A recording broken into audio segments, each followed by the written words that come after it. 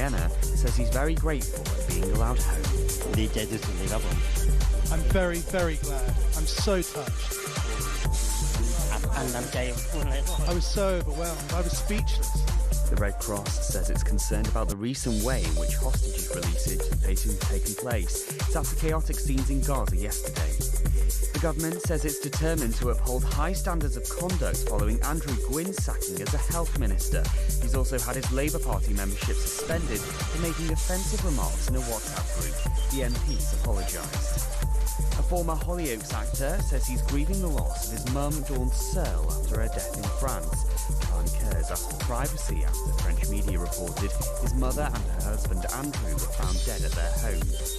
All major parts of the passenger jet and military helicopter that collided in midair in Washington DC last week have been recovered. 67 people died in the disaster, which saw both aircraft plunge into the Potomac River. In sport, England got their Rugby Union Six Nations campaign back on track with a dramatic 26-25 victory against France. Wales suffered a 22-15 defeat to Italy in Rome. Borders Celtic reached the quarter-finals of the Scottish Cup by thrashing Raith Rovers 5-0. Ross Bendon-Rodgers says his players were exceptional. We make 9 changes, but fluency, the fluidity in the game and quality of our goals. But before that, the hunger in the team, the pressing in the team, and that takes work. Burnley knocked out Southampton 1-0 in the 4th round of the FA Cup. That's the latest. I'm Connor Sefton.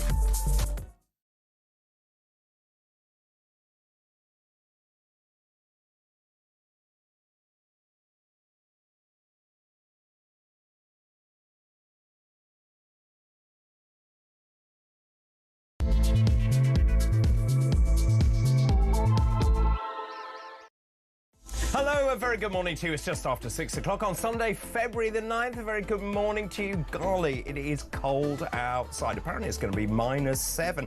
Anyway, look, great news because today it's Read in the Bathtub Day. Sounds great. A day when you can grab a book and soak until your heart's content. Sounds lovely, actually. Also, it's National Pizza Day today. You can enjoy the Italian doughy treat. Now, if you wear black and white, by the way, I probably shouldn't tell you this. If you wear black and white stripes today and head to a chain of pizza restaurants called Pizza Express, you might even get a margarita pizza for free. Yes, National Pizza Day. Also, it's the... Yummy indeed. It's the UK Pun Championship today, yes. Comedians from across the country are competing in the Leicester Comedy Festival, and the winner is crowned UK Pun Champion. There's a guy in my neighborhood, he's in the Guinness Book of Records. He's had 43 concussions. He lives very close. In fact, just a stone's throw away, but the point... Very good. Right, let's start today's show, shall we? Today's fascinating facts. So today's fascinating facts, on this day in 1540, it was the first recorded horse racing meeting held in Britain. It was held at the Rudolph Field in Chester. And now Chester Racecourse, apparently, according to records, is the official oldest racecourse still in use in England. On this day in 1942, of course, it was the Second World War, and soap rationing began in Britain. And on this day in 2002, the Queen's sister, Princess Margaret, aged 71, died in her sleep after suffering a stroke and a heart attack. Her body was laid to rest at Kensington Palace in order for the royal family to pay their respects. And those are this hour's fascinating facts. Start your day with David Bowie. The laughter is royal, it's a grand debate. News and stories blend like your perfect song. David and Amy, come join the throng. There you go, David and Amy join the fun. Good morning, 4 minutes past 6 on Sunday, February the 9th. I'm David Bull. I'm delighted to say I'm joined by Amy Fisher this morning. Really lovely to see you. Good morning, hello. How are you? I'm very well, thank you. It's National Pizza Day, apparently. It is. It's celebrated today, a day dedicated to one of the world's, according to this, most beloved foods, pizza. I think it's hot bread with stuff on it. No, I'm quite a fan of pizza, and somewhat more controversially, not to put any of your listeners off their breakfast, I quite like the old sort of ham and pineapple variety. So do I, actually. genuinely that would thin be... crust, or would it no, be a no, doughy? I quite like the sort of proper old school. Quite like the proper old school, really doughy, I think it's American, really isn't it? squishy. Yeah. So that's sorted out what I'll be having for supper. Well, later, Gabriella, anyway. our setup producer, who is on holiday at the moment, she's Italian. She would be absolutely horrified by the idea of this American version. I know it's not to everybody's taste, but you're sort of slightly making my mouth water. I started thinking about it, actually. Well, I have to say I'm very, very hungry this morning, but I think it's the weather. It's so cold out there, again, actually. isn't it? I should say, of course, Amy is a friend of this programme. She's former Director of Communications for the Conservative Party, and we have a lot to talk about this morning. My goodness, if you are just waking up, there is a huge story this morning. It's in 2 papers. Actually, it wasn't exclusive for the Mail. I'm going to start with this one, though. Sunday Telegraph. This is really bad news for Labour. Minister sacked for saying pensioner should die. It's an extraordinary story. A health minister has been sacked after saying he hoped a pensioner who did not vote Labour at the election hoped that the pensioner would die. This is Labour MP Andrew Gwynn. He's actually been forced to stand down after not just one comment, but apparently a string of seemingly sexist, racist, disparaging remarks about members of the public, also about fellow politicians. They've been brought to light. In this one instance, he said this pensioner who didn't vote Labour, and then when he was elected, she said, right, I'm getting in touch, you were elected, I want something done about my bins. He said he hoped a pensioner would have croaked it before the next round of elections. He made the comments in a WhatsApp group for Labour Party figures in the area. It is extraordinary. He proposed, so the councillor, essentially, this resident wrote to a councillor. The councillor shared the letter in the group chat. He proposed the following response. I have to be careful at this time of the morning what I say. Dear resident, F your bins. If I'm re-elected and without your vote, screw you. P.S. Hopefully you'll have croaked it by the all-outs. Now, the all-outs is a parliamentary term for local elections. Amy, what do you make of that? Really horrific. I mean, so he has thus far been suspended, had the Labour Party whip taken away from him, sort of pending further investigation. But I'm not quite sure what more there is to investigate in this. I mean, what he's done, it's there in black and white. It's written down. You read out one particular comment that that is by no means the only one. There's some sort of horrific anti-Semitic stuff in there. He talks about hoping somebody else gets sort of mown down. I mean, it's just really extraordinary. Well, let me just tell people who are watching and listening this morning. Apparently, this is according to the Mail on Sunday. This is their front page this morning. Minister sacked for hope you die jibe about pensioners. I will share with you the other things that he said in this WhatsApp group. The Mail on Sunday reports he also fantasised about another constituent being mown down on his bicycle by a heavy goods lorry, writing, I had positive visions of him getting mown down by an Elsa Waste HGV whilst he's cycling to the Fallowfield Loop. We couldn't be that lucky. You mention anti-Semitism. He appeared to mock the Jewish surname of one public figure. When other members of the chat asked if Marshall Rosenberg, who is a conflict resolution expert, would be present at a local Labour Party meeting, he reportedly said, no, he sounds too militaristic and too Jewish.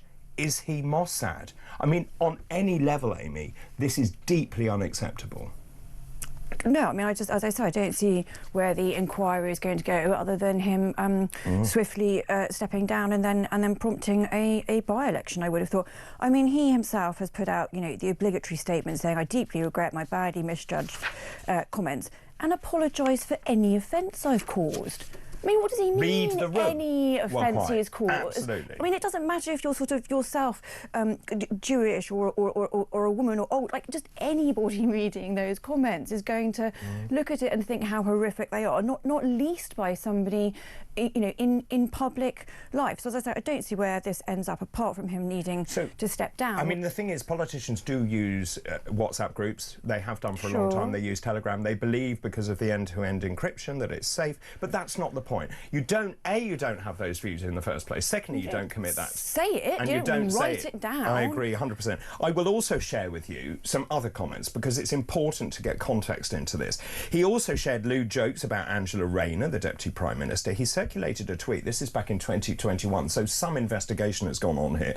He mocked Miss Rayner for claiming wireless headphones on expenses. Do you remember that? Of course, she claimed for the wireless headphones. He said he tweeted, "I don't see what the problem is. It's literally impossible to give a sexual act whilst wearing wired headphones. Anyone with a similar background to Angela would understand this." I mean, that's just shocking. It's just jaw-dropping. It is and jaw-dropping. About a colleague. I mean, how could, well, just in this case, you know, and Angela Rayner, how's she going to deal with him as a parliamentary colleague, knowing that he's had such disgusting thoughts, and as you say, not just thought it, but actually written it down. You see, if shared it with some other people. And if it was a one-off, I'm not saying it's fine because it's not fine, but if it was a one-off, one might excuse some bad people language. can misspeak, or you have it. You have a sort of brain spasm, or what. But this is clearly, as you say, it's a litany. It's a litany. It's repeated behaviour. It's concurrent behaviour. Apparently, he also mocked Diane Abbott, the veteran Labour MP in the WhatsApp group. In 2019, she became the first black person to stand at the dispatch box, which is an amazing accomplishment during PMQs. He reportedly told the chat it was because, wait for this, not her ability, because it was Black History Month. I read that this morning. My jaw dropped open. I mean, there's sort of so much and so little to say about this, because I know. We know, but I want to just put it in the sort of slightly wider context as well, which obviously a number of the papers that are covering the story are also making. You know, this is the third, you know, very high-profile member of the government that Keir Starmer is waking up this morning going, what on earth is going on? We've already had Tulip Siddiq, who has had to sort of step aside, former Treasury Minister, questions, you know, in charge of sort of being, you know, anti-corruption, no less, but having some very serious questions about her links, well, some ownership of some property, and also links to her aunt in Bangladesh, where there seems to be sort of quite lack of clarity about various deals and money and what was going on there. And also Louise Hay, who had to step down very early on with a sort of story about a dispute in a mobile phone with a former employer of hers. To be honest, I never quite could get my head around what had gone on, above and beyond the fact it was obviously so serious that she did have to step down. So this is the third member of the government in a mere sort of 6 months who, in disgrace, has had to step aside in some form and be rebuked by the Prime Minister. I mean, it's just not a good look, is it? No, it isn't. I'm just looking back here. I've now moved to the Daily Mail. So their headline, Minister sacked for hope you die jibe about pensioners. But they've really gone into detail here. In 2018, he made headlines when it was revealed in a Facebook group. He called Labour supporters in which anti-Semitic messages were shared. He then responded to that group saying, well, I was added to this group without my knowledge and therefore I wasn't taking part in it. But months later, he was then taking part in anti-Semitic banter on that WhatsApp group. I mean, honestly, it's a litany, actually, of allegations against him. He mocked a local Labour leader. He called him Colin, something I can't repeat at this time. He was in a group called Trigger Me Timbers, which was shared with dozen Labour councillors, party officials and at least one other MP in the outskirts of Manchester. Let me just read his response, because it's important that we get a right of reply. He wrote on social media, "I deeply regret my badly misjudged comments and apologise for any offence I've caused. I've served the Labour Party all my life and it is a huge honour to be appointed a minister by Keir Starmer. I entirely understand the decisions the Prime Minister and the party have taken, and whilst very sad to have been suspended, I will support them in any way I can." I think you resign. Actually. But it's the wild narcissism in that quote about "I've served the party for years." It's just like you're just missing the whole point about you should be. I mean, grovelling isn't even the right way. You should be begging forgiveness. Actually, I put it as strongly as that. You should be begging forgiveness for these awful things that you have said to a swathe of people, not you know, your record here about how long you served the Conservative Party and how proud you were is so irrelevant to this wider point about, you know, this not any offence you've caused, the offence you have caused. And you know, bringing yourself and, you know, government again into sort of disrepute by this absolute abject failure to uphold any kind of standards that we would want. Well, actually, not just from public figures, but just how we, you know, we treat each other. I mean, this is so beyond the pale. It really is, and also there's much more detail in the Mail's piece about the way he allegedly mocked other black politicians. Again, deeply unacceptable. I think he has to go, personally. Yes. I think he has to stand down and to do the right thing. I then looked, and this is very interesting. I think Keir Starmer is in serious trouble, actually, across the board, and I said that yesterday, I said it last week as well. It feels to me that we are in what should have been the honeymoon period for this government. They are definitely not in a honeymoon period. I've never known such dissatisfaction with the current government. I looked at this constituency this morning, at some ungodly hour this morning. This is Gorton and Denton. It's really interesting. I think we've got the result I can show you on screen. This was... Labour got 18,555. Let me just show you this graphic because it's really important. Hopefully you can read that.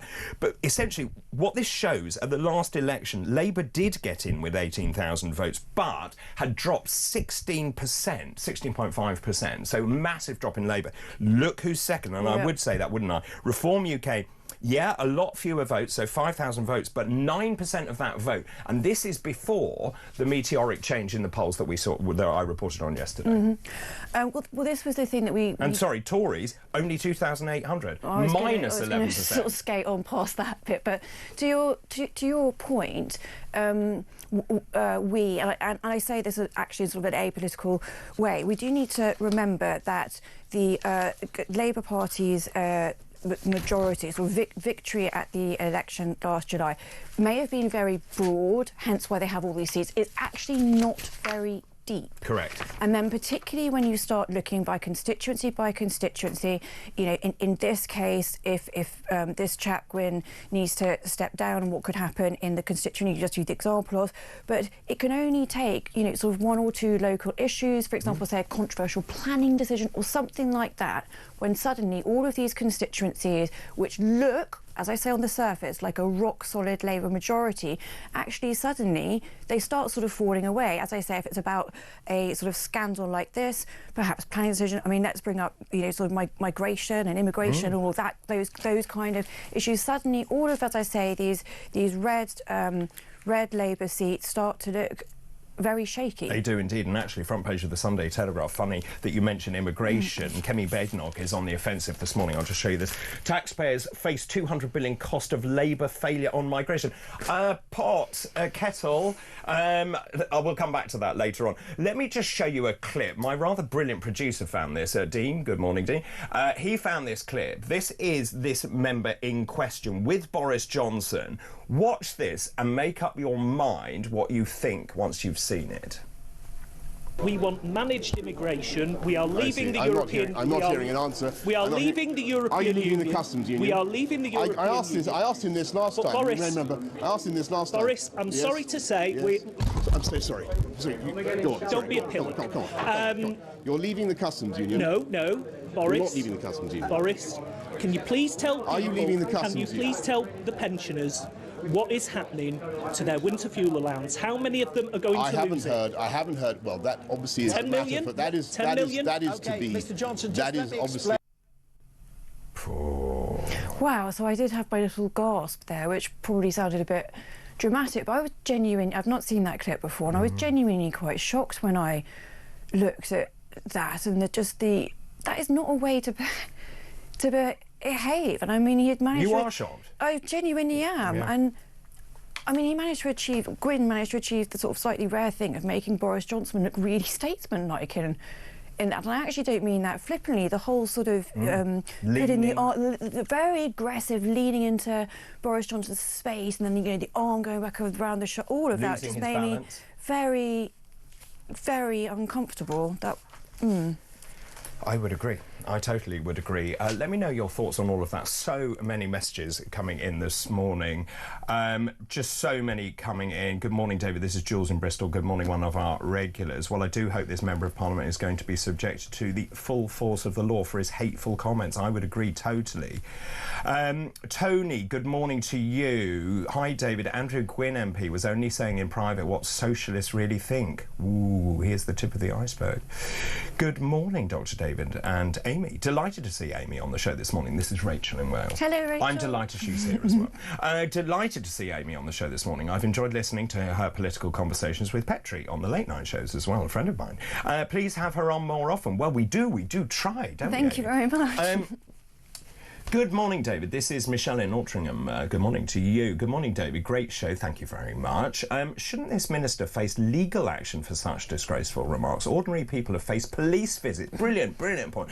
They face police visits for expressing their views on social media. This just goes to show what Labour is all about. It's such a good point that a couple of your listeners made there, because whilst you and I have been talking about the sort of standards in public life and the political headache for Keir Starmer, I mean, some of these comments, the anti-Semitic, clearly anti-Semitic ones, it will be interesting to see whether there is going to be some kind of hate speech investigation by the police. I mean, the anti-Semitism was just one part of the sort of horror of those comments, a number of which you have read out in a bit more detail. But once again, it does sort of seem to bring up this whiff of anti-Semitism about the Labour Party.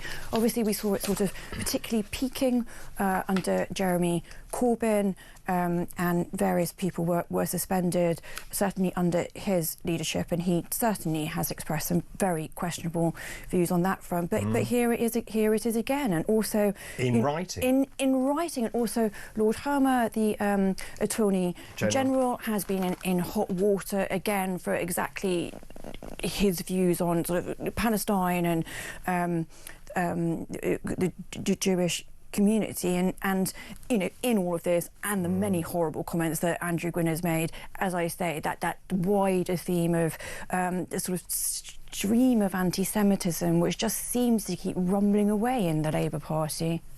There's some brilliant messages coming in this morning, actually. Nick in Kent, good morning, David and Amy. Under Keir Starmer's own rules, after a grandmother wrote hurty words on Facebook and received a prison sentence, will this MP suffer the same punishment? I bet he doesn't. That's Nick in Kent. Good morning. Deborah, also, I'll just leave you with this one before I tell you the next story. Good morning, David and Amy. Any normal person would have the police at their door for hate crimes, hurty words. Will he just show one rule for one and another rule for another? I think you're absolutely right. Shocking. One word, Deborah. You have nailed it with that.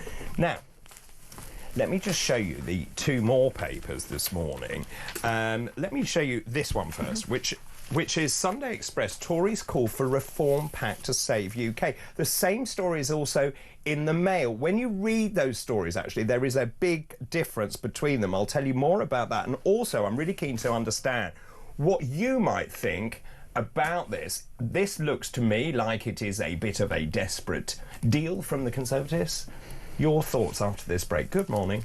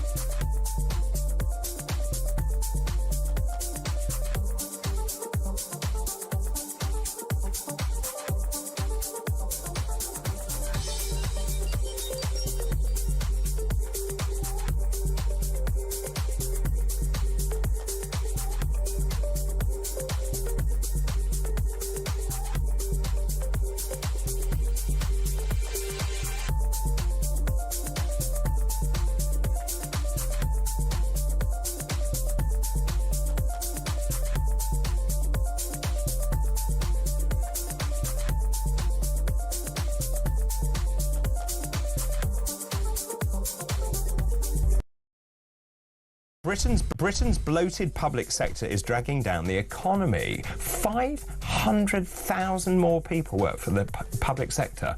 It's absolutely unbelievable, actually, that you've got 500,000 people joining the public sector. He says we've got all of these new workers, but there is no increase in productivity, so therefore that is not very good. And of course, we've got civil servants threatening to strike because they've been asked to do 2 days' work a week in the office. He also talks about migration, saying that the people coming to this country aren't net contributors.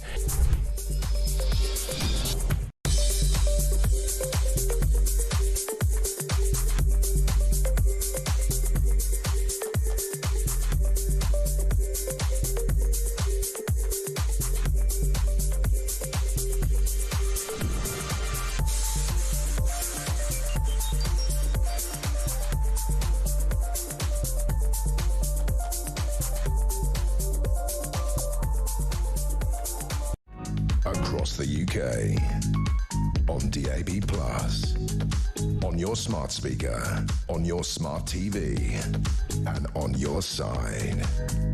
This is Talk. Welcome back. This is Talk 626, Sunday, February the 9th. I'm joined by Amy Fisher this morning, which is absolutely joyous. Good morning. Hi. Morning.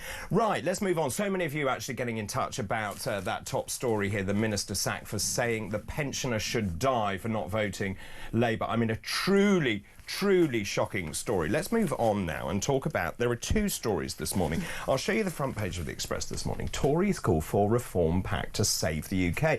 I actually read the other one. There's one in the Mail this morning which has a different headline. Nigel Farage paves way for reform Tory mega party with Boris that would trounce stumbling Sir Keir Starmer. I read that one first and I was like, what? Anyway, let me just tell you this story. Senior Conservatives are calling for Kemi Badenoch and Nigel Farage to strike a deal to save the country we all love from another half-decade of Labour in power. These are desperate Tories, in my humble opinion. They are desperate to oust Starmer, Rayner and Reeves, and they want the Conservatives and Reform to reach an agreement to stop the centre-right vote splitting at the next election.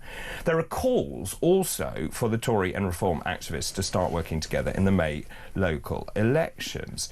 So many comments in here. This is Lord McKinley, a former Conservative MP. He says, the inescapable conclusion is that Conservatives and Reform need to work together to stop the ongoing damage to the country we all love. He went further to say, Westminster can permanently damage a nation. We need serious discussions before the next election. Amy, your thoughts? Well, I don't sort of really disagree with a number of points that were being made just there, because I don't think... I mean, the Labour Party's had a disastrous run in the last 6 months. And I don't even mean with, as we've been discussing, various members of the government getting themselves into hot water. I mean, there's sort of ghastly warnings of stagflation, which we literally had in the last week. Growth being reduced. Growth being, you know, all but sort of nil. House prices, unemployment, you know, long-term sickness. I mean, I think anybody here, actually, whether you voted for Labour or not, again, this is a fairly apolitical point, things aren't going well, and people are finding life quite hard. So in terms of holding this government to account and stopping it doing more damage, I think a lot of people would quite like the idea of that. Now, how that translates into a Reform Tory mega party, although I personally think it might do something for the nation's psyche to sort of see Nigel Farage and Boris Johnson having a bit of a chat in some way, just because they're such big characters and might break through some of the sort of grey morass that we have at the moment. I'm a bit sceptical about this story in terms of how far it might go.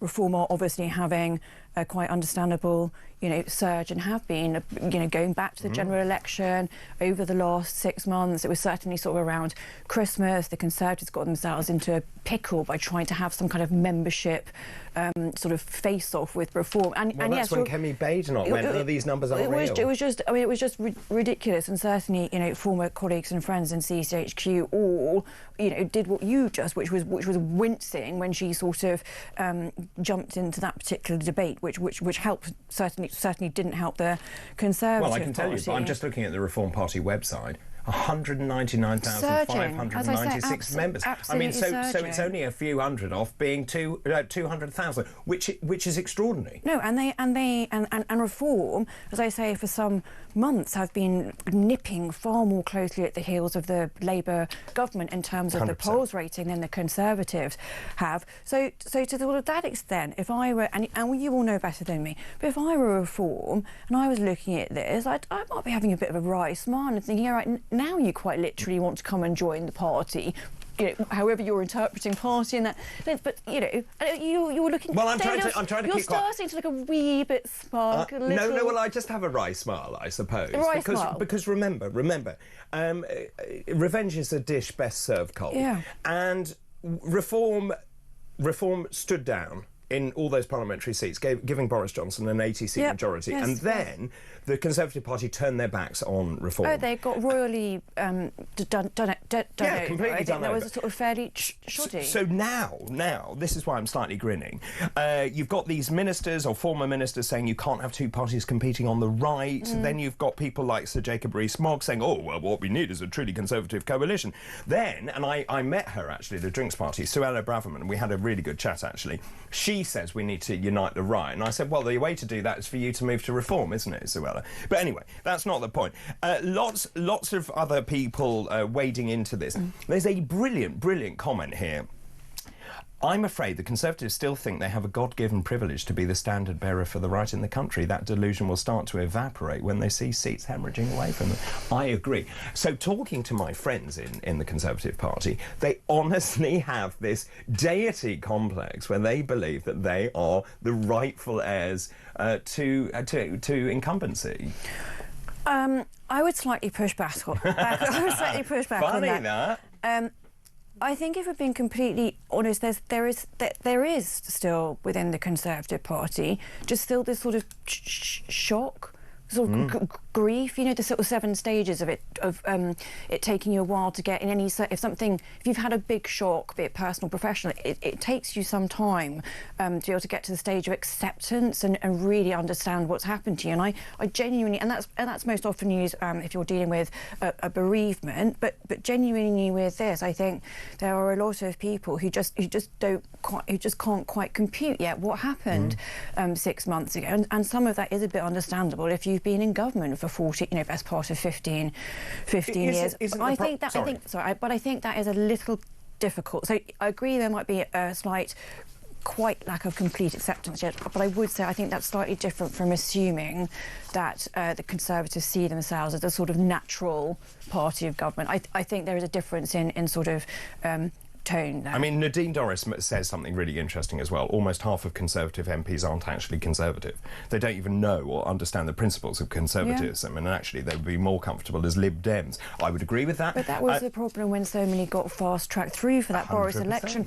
They had not only had they not had to do what you typically have to if you're trying to become an MP, an MP of any hue, you have to really work the seat, you need to get to know your community, and people can take 2, 3, 4, sometimes 10 years before they actually get elected. And so many of those people, as I say, who came in fast-tracked on Boris had not only never done that and understood what it really meant to be an MP, they'd certainly never sort of worked for the party or understood the party or understood, sort of parliamentary loyalty. By which I mean, if you're part of the Conservative Party in Parliament or part of the Labour Party, you are pretty much expected to, well, as it's called, toe the party line. Of course, there can be votes of conscience and all of this kind of thing over issues like abortion or assisted dying. But aside from that, you're meant, it's widely understood that 99.9% of the time you vote with your party, and that cohort, as I say, that came in with Boris just didn't understand that they needed to. I'm getting loads of messages about this, as you can imagine. Dr. David, this is Pat. Good morning, Pat. I am fuming. I asked you, i.e. me, on the 25th of January about rumours of merging, and I've taken you on your word. I said, there is no merger. Please don't merge. Now, let me just take you through this next article, and then I will explain.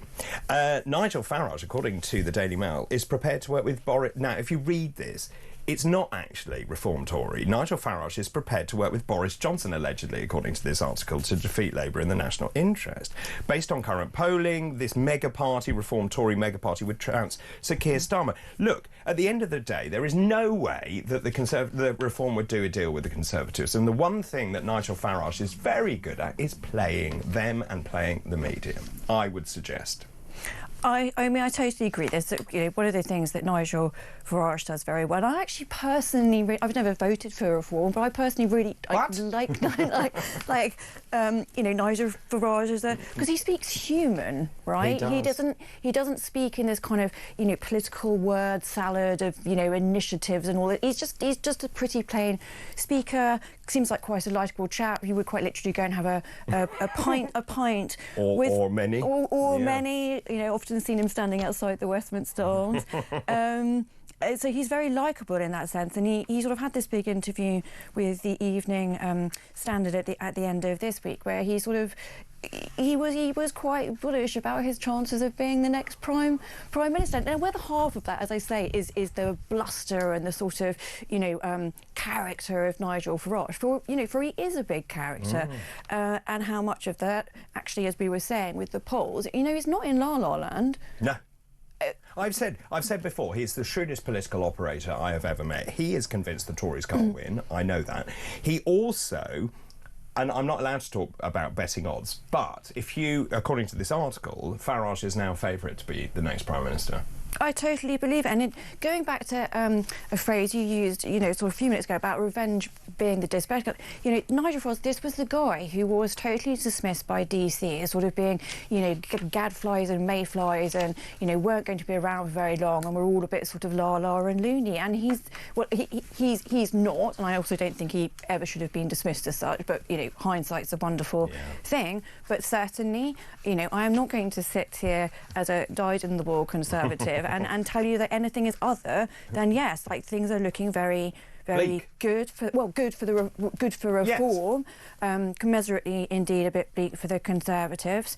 I agree with you. I don't think Reform would do a deal, and I don't actually think the Conservatives would do a deal. Well, Kemi Badenoch has said they won't do a deal. However, the idea of maybe some kind of non-aggression pact sort of... That's quite interesting, because I'm just scratching my memory. There was a non-aggression pact with the SDP. Yes. Which was done by Reform at that time. It's absolutely fascinating. Thank you, Amy, for the moment. Let me throw that open to you. I'm being slightly maverick this morning, given what I've told you, but in your humble opinion, do you think Reform should do a deal with the Tories? And if they were to do that, and also I think it's worth actually saying that a large number of the new membership of Reform are coming from Labour, not from the Conservatives. But anyway, the question this morning, should Reform do a deal with the Tories? If they should, what does that deal look like? 0344 499 1000, or should they run a mile? You can text the word talk in your message to 87222. You can message us on X as well, at talkTV. Now, after the break, I'm going to be talking about this story, which is front page of The Observer. Labour to fix the benefit system to get people back into work. That I would like to see. This is Weekend Breakfast. Good morning.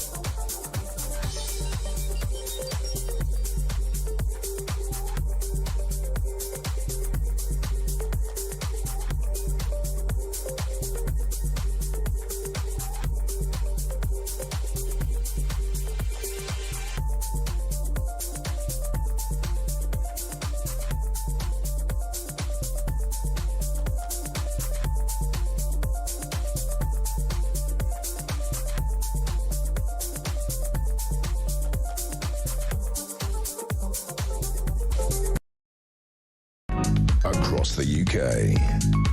On DAB+, on your smart speaker, on your smart TV, and on your side. This is Talk. This is Talk. So many messages coming in. I'll come to those in just a minute. I'll do one. Dimitri, good morning to you. If Reform go down that rabbit hole, it will be the death of them. I'm asking this morning, should Reform do a deal with the Tories? And if so, what does the deal look like? 03444 499 1000. You can text the word Talk in your message to 87222. You can message us on X as well, at talkTV. This is the big story this morning. We're going to move on to this here. This is the front page of The Observer. Labour is going to fix the benefit system to get people back into work. Britain's broken welfare system is fueling the greatest unemployment challenge of a generation. This is according to ministers. They're drawing up a root and branch overhaul designed to counter the spiralling numbers deemed too unwell to work.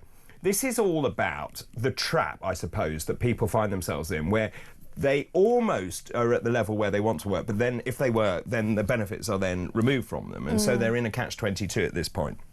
So they're trying to redraw these rules. So the system is complicated. Let me just explain. So under the current system, those deemed too sick to work get a higher payment than those deemed able to work or able to do some work. Those unable to work at all receive an extra £416 a month. Those who can do some work used to receive £156 a month in addition, and that payment was then scrapped for new claimants. The higher level of support has continued to increase during a long period in which basic benefits were frozen. Basically, when you talk to anyone about this, it's unfit for purpose, the benefit system. I don't think anybody would argue with that. I think any government, any political party, when it's looking at things that sort of need to be fixed in this country, we usually have sort of NHS, social care, and then we have, you know, benefits. The Department for Work and Pensions being, I think it's the second largest spending department in government. I mean, it's just massive because we are talking about a giant edifice which has been around for so many years. It's sort of, it's a bit like sticking a bit of plaster over one bit. It's a plaster over gunshot wound type thing, because so many bits get sort of bolted on and then somebody tries to change this bit. And I think pretty much every government of the last, 30, 40 years knows the system is so wildly imperfect, makes these very laudable noises about trying to fix it, but then nothing really changes. As I say, I have some sympathy with Labour, who've now got this almighty Gordonian knot to try and cut on their plate. Wildly mixed metaphor there, sorry. But they have now got this huge problem to try and fix, and part of it will just be, where to start. They, whilst I entirely agree with the aim of it, but they've got a couple of particular problems.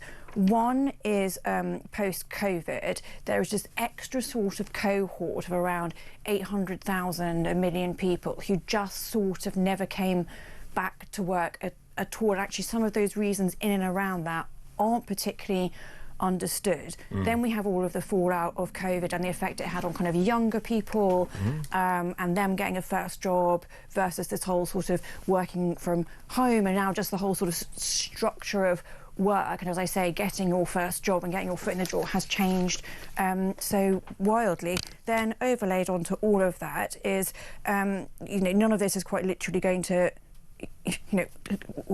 work or be able to get people into work when we have this sort of, if not quite shrinking economy, it's certainly not going any great shake. So on the one hand, you have the desire to get more people into work, and hopefully they can be helped and supported to do so, because that is better for the individual as well as better for society. But where are the jobs?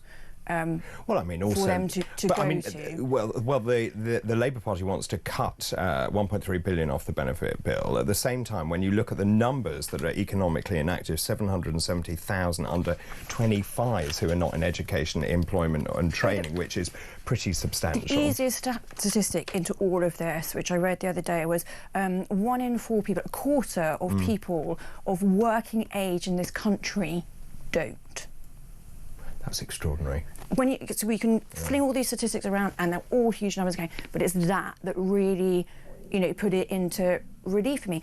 And some of this is that, as I say, which was part of the message that the government was putting out at the end of this week, that, certainly for younger people, finding just turning up for a day at work in and of itself can't be stressful, can't be the thing that then actually stops you going to work. But we have gotten ourselves as a country into a position where, people do feel that is enough for them, then not to attempt to go to work. 100%. We're going to talk about we're going to talk about that in the Future Politics panel, actually, about Gen Z finding it too stressful to go to work. To turn up. So it's not even the stress. We all have stressful days at work. Stuff goes wrong. You have an argument with a co-worker, or a project's late, or whatever it is.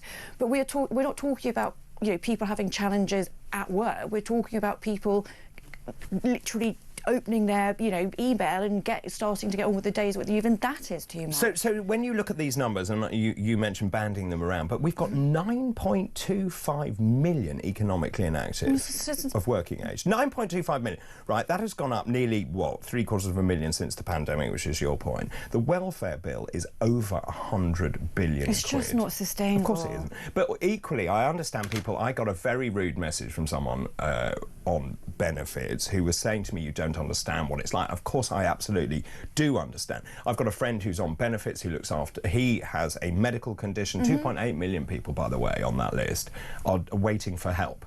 So from the health service, which they're not getting. But I don't think anyone is saying ever, neither the Conservatives nor whoever, wanting to make this sprawling system more efficient is quite different from saying, just stopping all benefits, or they are two entire. Wanting to fix something that clearly isn't working, clearly isn't sustainable, is certainly not the same as saying that people shouldn't get help where they and there should be no need cliff it. edge. So what you need to do is to encourage people back into work so that they improve their self-confidence and everything. And it's supported. And you have a taper relief or whatever it is. But it's not a sexy policy, is it, for any government? So again, I think Labour are going to find themselves in very hot water very quickly. But I also want to know where they.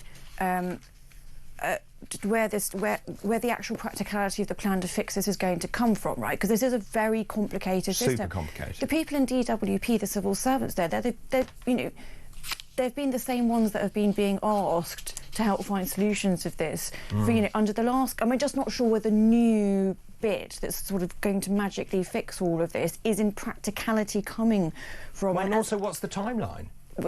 I mean, we seem to be living on the never about a lot of things at the moment, so I assume it's sort of gone into that big pile of, we're definitely looking at it, it's sort of, I mean, it's very aspirational rather than practical at the moment. Again, that is not to have an issue. In fact, I entirely agree with the aspiration, but how any of this ever comes to fruition will be the thing.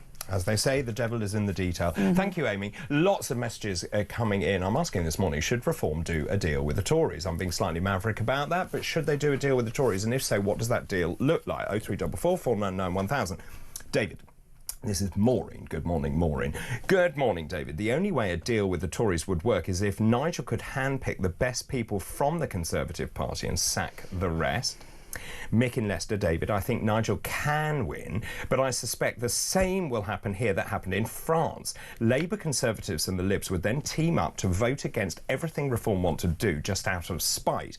And therefore, in effect, you have a zombie government. The only chance we have is if Reform win with a massive majority. And unfortunately, with the low turnout and Labour's demographic voting bloc, it will take some doing. That's a really interesting point. And of course, we know Labour is really intent in bringing in voting for 16-year-olds. Thinking what that's going to do, that's interesting for me, because I think it will benefit Labour. The one party it won't benefit is the Conservative Party. But Reform, actually, don't underestimate the number of young people joining Reform, and I think Labour does that at its peril. I completely agree with you. I don't. At points, Labour haven't been too shy about the reasons why they want to lower the voting age. I mean, and whether one judges it would have that electoral benefit for Labour, entirely agree with you. You shouldn't ignore what could happen in reform there. I just don't trust 16-year-olds with having that bigger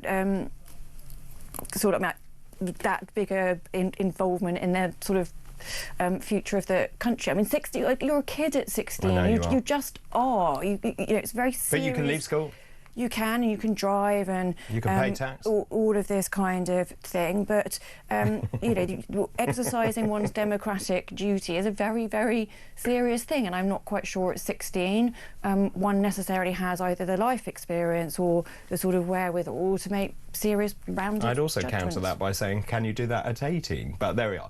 Let's just pause there for the moment. Keep all of those messages coming in. A deal, is that a good idea, a bad idea? What does that deal look like? 0344 499 1000. Whilst you're doing that, and I've got lots of voice notes, send us a voice note as well. Lots of messages coming in as well. After the break, I'll take you through the rest of this morning's front pages as well. This is Weekend Breakfast. Good morning.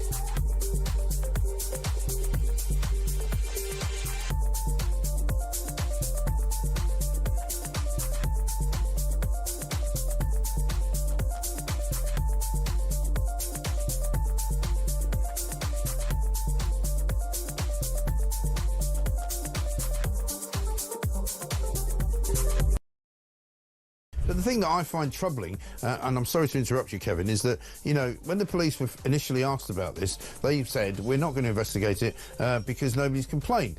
And then, a day later, when obviously people did complain, they said, oh, we're not going to investigate it because apparently it's out of time. Well, you know, why didn't they just say that the first time around? Well, I think it's really important that everybody's treated equally before the law. Yeah. And we saw this action taken against certain individuals within our party, Boris and others, which people will have different views upon.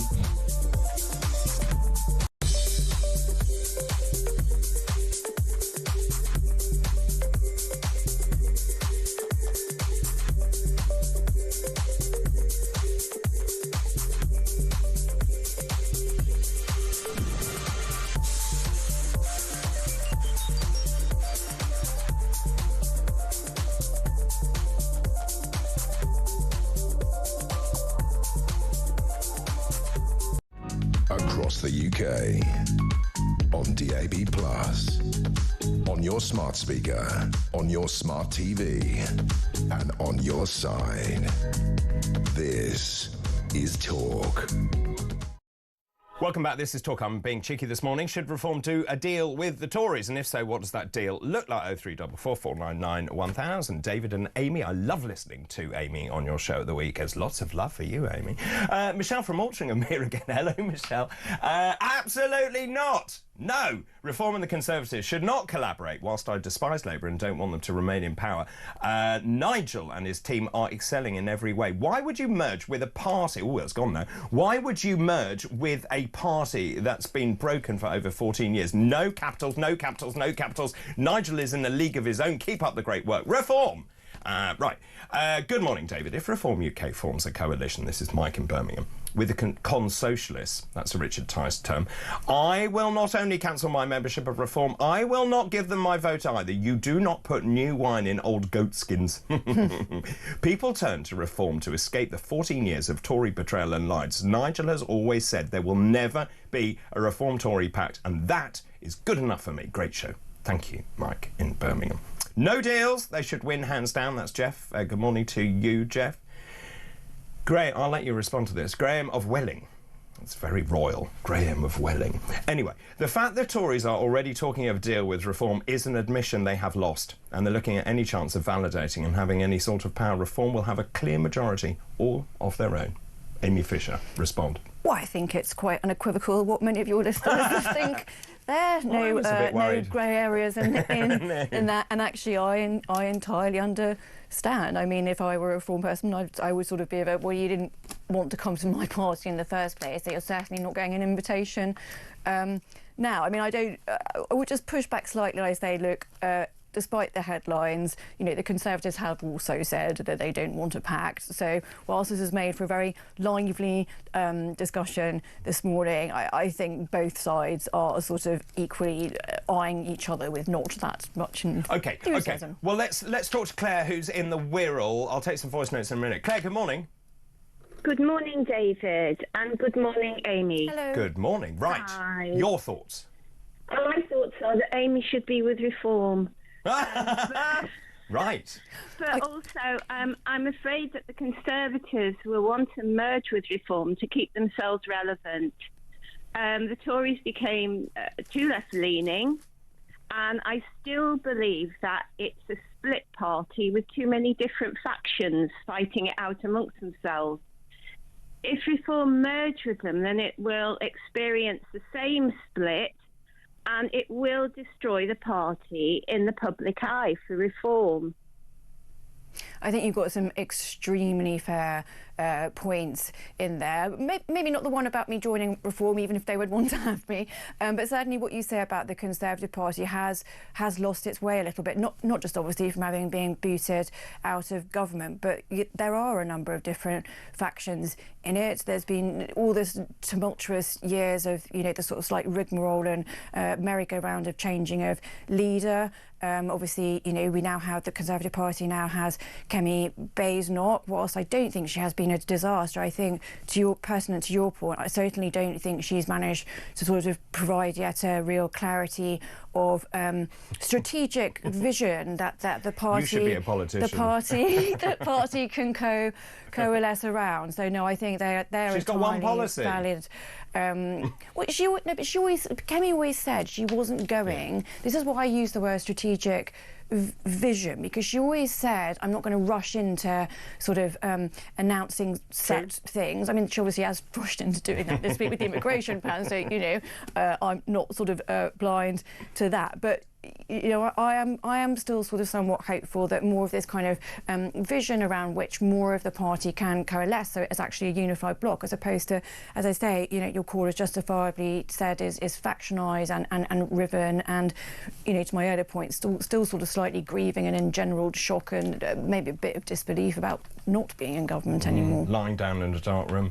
Claire, brilliant points. Thanks ever so much. That was Claire in the Wirral there. Keep all of your messages coming in, please. Got loads of voice notes as well. Time has beaten me in this part, but I will come to your voice notes. Lots of messages as well this morning. That has really exercised you this morning. Dan in Kent, very quickly, the Tories aren't stupid. Really? They know they need to drop their centre policies and move right. Nobody will be voting for socialism after 4.5 years of it.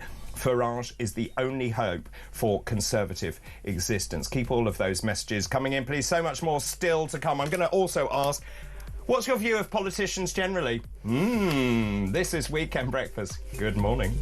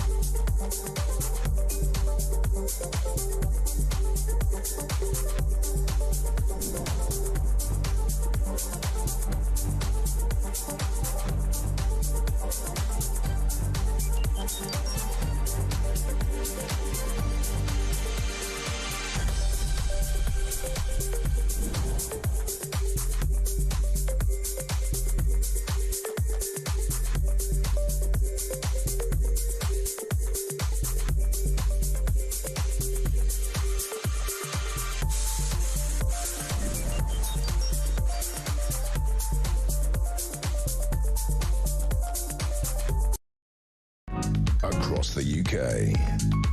On DAB+, on your smart speaker, on your smart TV, and on your side. This is Talk.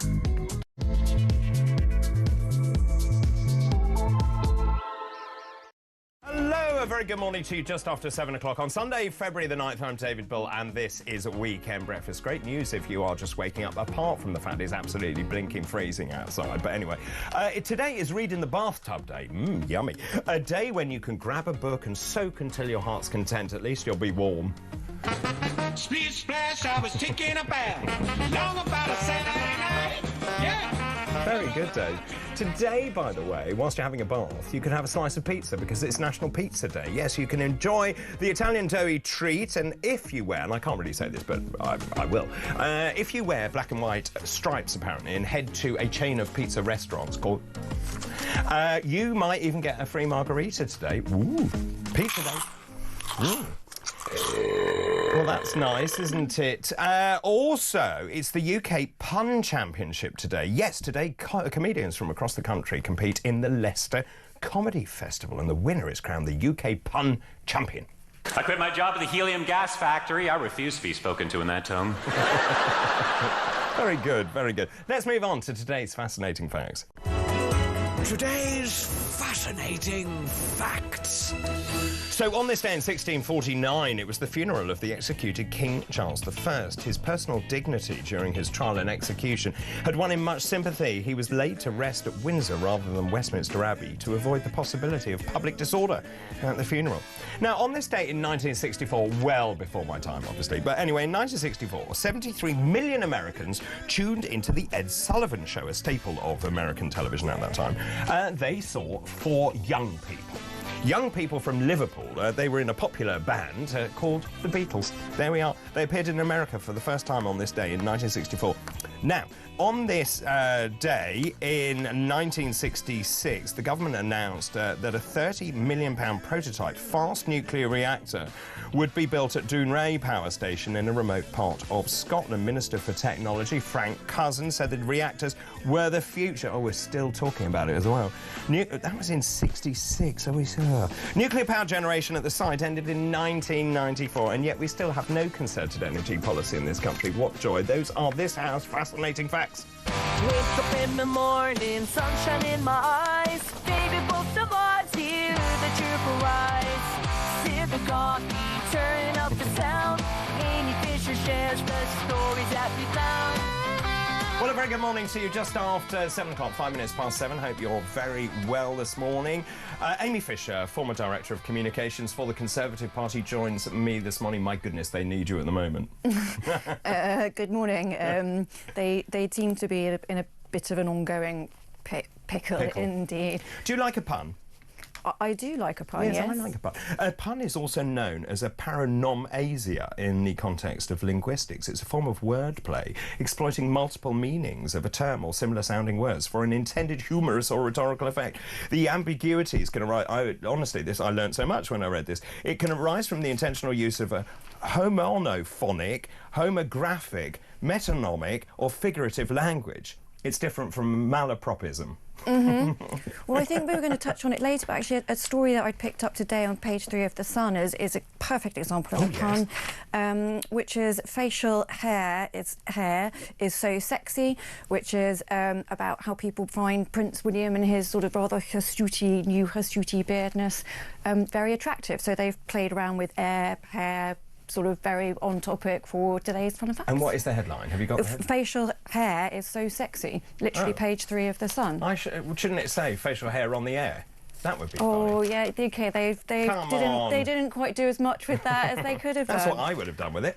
Anyway, there's a pun. I love a pun, actually, and thanks, Dave, for all of those. Right, if you are just joining us this morning, honestly, the news for the Labour Party gets worse and worse. I will go through these in a minute. Sunday Telegraph, minister sacked for saying a pensioner should die. An absolutely shocking story here. This is a Health Minister, Andrew Gwynn, forced to stand down after a string of seemingly sexist, racist, disparaging remarks about members of the public, fellow politicians. I mean, honestly, it's a litany. It's repeated behaviour. And as Amy said right right at the beginning of the programme. It's in black and white. It's in a WhatsApp group.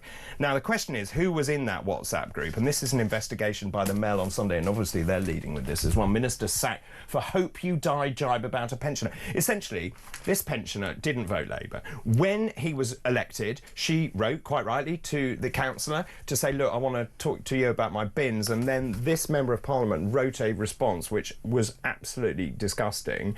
And as a result, he has been suspended. So that is real trouble for the Labour Party, yet more trouble in what is meant to be their honeymoon period. Let's look at the front page of the Sunday Express. Tories call for Reform Pact to save the UK. I've never known you all so exercised. I'm asking this morning, should Reform do a deal with the Tories? And don't hit me. Should they do a deal? And if they did, then should they actually do that deal? And if they were to do a deal, what would the deal look like? 0344 499 1000. Text the word talk in your message to 87222. You can also message us on X at talkTV. Let's just go back to Andrew Gwynn for people who are just waking up. I mean, Amy, we spoke about this an hour ago, but when I reread everything that he is reportedly to have said, not only about that pensioner who chose not to vote, quite, you know, that is your personal choice not to vote. But also, he allegedly, according to the Mail on Sunday, fantasised about a local constituent being mown down on his bicycle by a heavy goods lorry, writing, I had positive visions of him getting mown down by an Elsa Waste HGV whilst he's cycling on the Fallowfield Loop. He appeared to mock a Jewish surname of one figure. He joked about Angela Rayner, her claim for wireless headphones. I mean, what he said, and I will repeat it, I don't see what the problem is. It's literally impossible to give a sexual favour whilst wearing wild headphones. Anyone with a background similar to Angela would understand this. He mocked Diane Abbott for when she stood at the dispatch box, the first black person to do that, standing in at PMQs. He then said, or words to this effect, essentially there was a joke. He told the chat it was because it was Black History Month. I mean, it's just, look, it's just grot. Isn't it? It's like he was playing some kind of vile insults bingo. You know, let's go for the women, let's go for, you know, the racial slurs, let's go for a bit of anti-Semitism, let's casually joke about, you know, pensioners dying. If the man had any dignity, respect for his party, respect for public office, and general care for a sort of sense of how, you know, human beings in society should treat each other, he should just resign.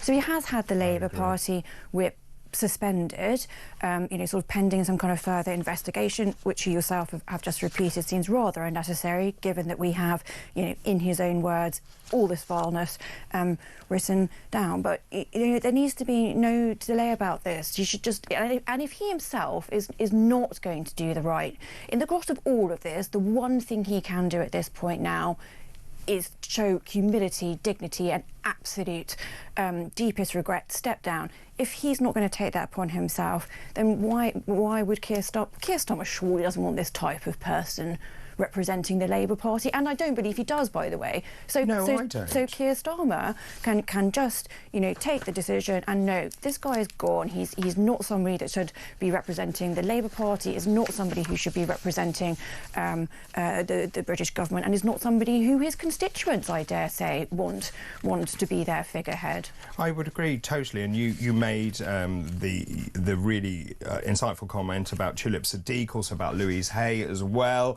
Starmer seems to lurch from one disaster to another. Now, Gwynn wrote on social media, I deeply regret my badly misjudged comments. They're not badly, they're offensive. Just wrong. They're wrong. I apologise for any offence I've caused, or all the offence I've caused, I think he should have said. I've served so here we go, it's all about him. I've served the Labour Party all my life. It was a huge honour to be appointed a minister by Keir Starmer. Completely irrelevant. How is totally that irrelevant. To all the upset and offence that he has caused? Where is the relevance of him having, you know, served the Labour? I don't get it, and I think it's, as you say, it's another real headache for Starmer. But actually, he can just take some quite quick, decisive action. I think he has to, and say doesn't yes. He? Can I just show you? I think we've got the clip actually that we dug out as well with him and Boris Johnson. It's interesting when you see this. It starts putting things in a perspective as well. Let me just show you this clip. I did play it in the last hour, but I'll play it again for those of you who've just joined us. Have a look at this. And let me know your thoughts on this. We want managed immigration. We are leaving the European. I'm not hearing an answer. We are leaving the European Union. Are you leaving the customs union? We are leaving the European Union. I asked him this last time. Boris, you remember? I asked him this last time. Boris, I'm sorry to say I'm so sorry. Go on. Don't be a pillock. Come on. You're leaving the customs union. No, Boris. You're not leaving the customs union. Boris, can you please tell people? Are you leaving the customs union? Can you please tell the pensioners what is happening to their winter fuel allowance? How many of them are going to lose it? I haven't heard. Well, that obviously is 10 million? but that is 10 million? That is okay, to be. Mr. Johnson, that is obviously. So when you showed that an hour ago, I mean, I literally gasped. I hadn't seen the clip before, and I had that sharp intake of breath. And watching it the second time, I'm no less, shocked, baffled, left a bit speechless by it, and also. Look, actually, something I, again, have noticed from this time around, not an hour ago, is if you're willing, as clearly Mr Gwynne was, to call, the Prime Minister pillock on national television, then sort of is it necessarily that surprising that he's saying all this other vile stuff in what presumably he thought was private? I mean, just his whole but conduct, also, all of it. It's just... As a represented member, I think there are standards of behaviour, and I think it appeared... And that was not it. Well, I was about to say exactly that. And obviously it appeared, and I use that word advisedly, that he couldn't actually stay on his feet either during that. There seemed to be some sort of strange aspect to his, very aggressive, sort of being quite literally right physically up in Boris Johnson's face. It was all very unedifying. And I mentioned this earlier, but I was looking back at the general election result. He got in, actually, but the vote went down 16.5%. He got in with 18,000, so a majority of, 13,000, actually. But Reform UK second on 5,000, 9% of the vote. And then Greens third, the Conservatives fifth in that seat. So that's going to be interesting if there is a by-election there. We'll talk more about that in a minute. Also, this thing here. There are two stories this morning. Tories call for a reform pact to save the UK. Let me know your thoughts on that, please. 0344 499 1000. Text the word talking your message to 87222. Should Reform do a deal with the Conservatives? Ooh, that reminds me of something that happened in the past. Should they do a deal with the Conservatives? If they should, and let me know your thoughts. What does that deal look like? Many of you getting in touch already this morning. David, good morning. Nigel does not need to do a deal with the Tories, says Mike in Herne Bay. Good morning. Why would he jeopardise picking up the dissatisfied Labour and Lib Dem voters as well? Well, quite. Andy, David, can you ask Amy what went wrong with the Tory party? I voted Tory for the previous 3 elections. Last year I voted Reform, and I'm going to do it again. What went wrong? Did the Tory party just lose its way? Crikey. In 60 seconds. That is a big question. Look, I think there is a certain amount of sort of running out of steam that happens to any government, and certainly that did. There were, however, the self-inflicted wounds of the permanent chopping and changing around of leaders, which was just entirely mad and so navel-gazing, and I think that's where an awful lot of people justifiably looked at it and we just don't want this circus anymore. That's the right word, circus. But then the sort of, and I actually don't want to get into whether Brexit was the right or the wrong decision, because obviously everybody has quite strong, sort of views. Well, it was a democratic view, wasn't it? But it was a democratic view, exactly. So whichever side of the argument you were on, there was a democratic vote, and so that is what the country went with.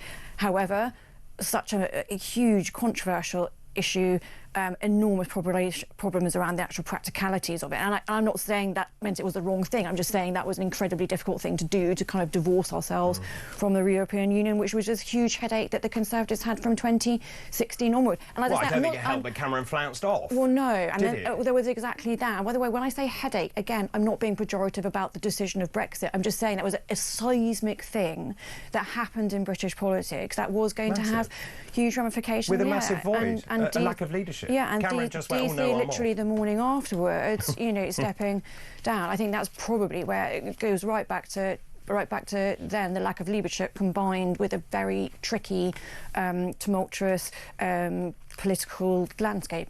I just want to mention this before we go to the break, and I will then take us through some other stories this morning. Time is running away with me. But the other story this morning, and I know many of you are very exercised about this, Tories call for a pact with Reform. Now, when you read the Mail, there is a headline essentially in the Mail that says Nigel Farage is prepared to work with Boris Johnson to defeat Labour in the national interest, according to sources close to the Reform UK leader. The first thought I had this morning is, who are these sources anyway? Your thoughts on that? 0344 499 1000. I just want to show you the polls, actually. I did show you yesterday. There are 2 polls out. Well, actually, there's more than that, I think, now. Find out now. These are interesting. I just want Amy's comment on that, based on what you have just said. When we look at this one, this is YouGov, actually. This is the YouGov poll. What a change. I mean, that's so... and there we are. Find out now. Amy, I mean... I've been in politics a while. You know, as a Conservative, that is pretty sobering. That is very striking.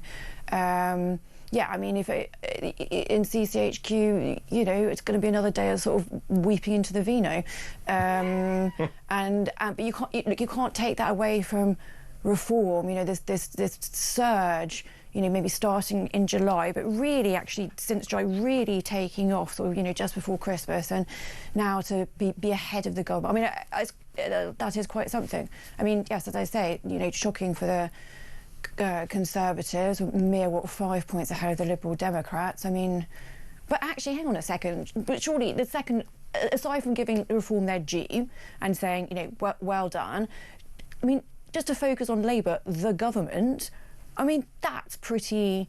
For a government that's been in place for 6-7 months, having had none of this honeymoon period that you referred to, that's shocking to be at, you know, on that sort of 25%. So, I mean, no one is winning out of that poll apart from Reform. Lots of you getting in touch about this. Greg, good morning. Gregory of Basingstoke. Again, a very royal title. Reform would be tarnished if they associate themselves with the Tory baggage. Vern says, in Southampton, good morning. If Reform merged with the Conservatives, will they be called Conform? Very droll. David. No deal, David. A deal with Tories will mean... This is Lindsay. No, a deal with Tories will mean compromise. We don't want compromise. We want massive change like Trump is doing in the USA. That's Lindsay in sunny Wales. Good morning to you. Lots of others coming in. Let me just look at these. The Reform and Tory deal question. I will answer this with a question of my own. This is Sean in Gloucester, one of our regulars. Why would Reform need to?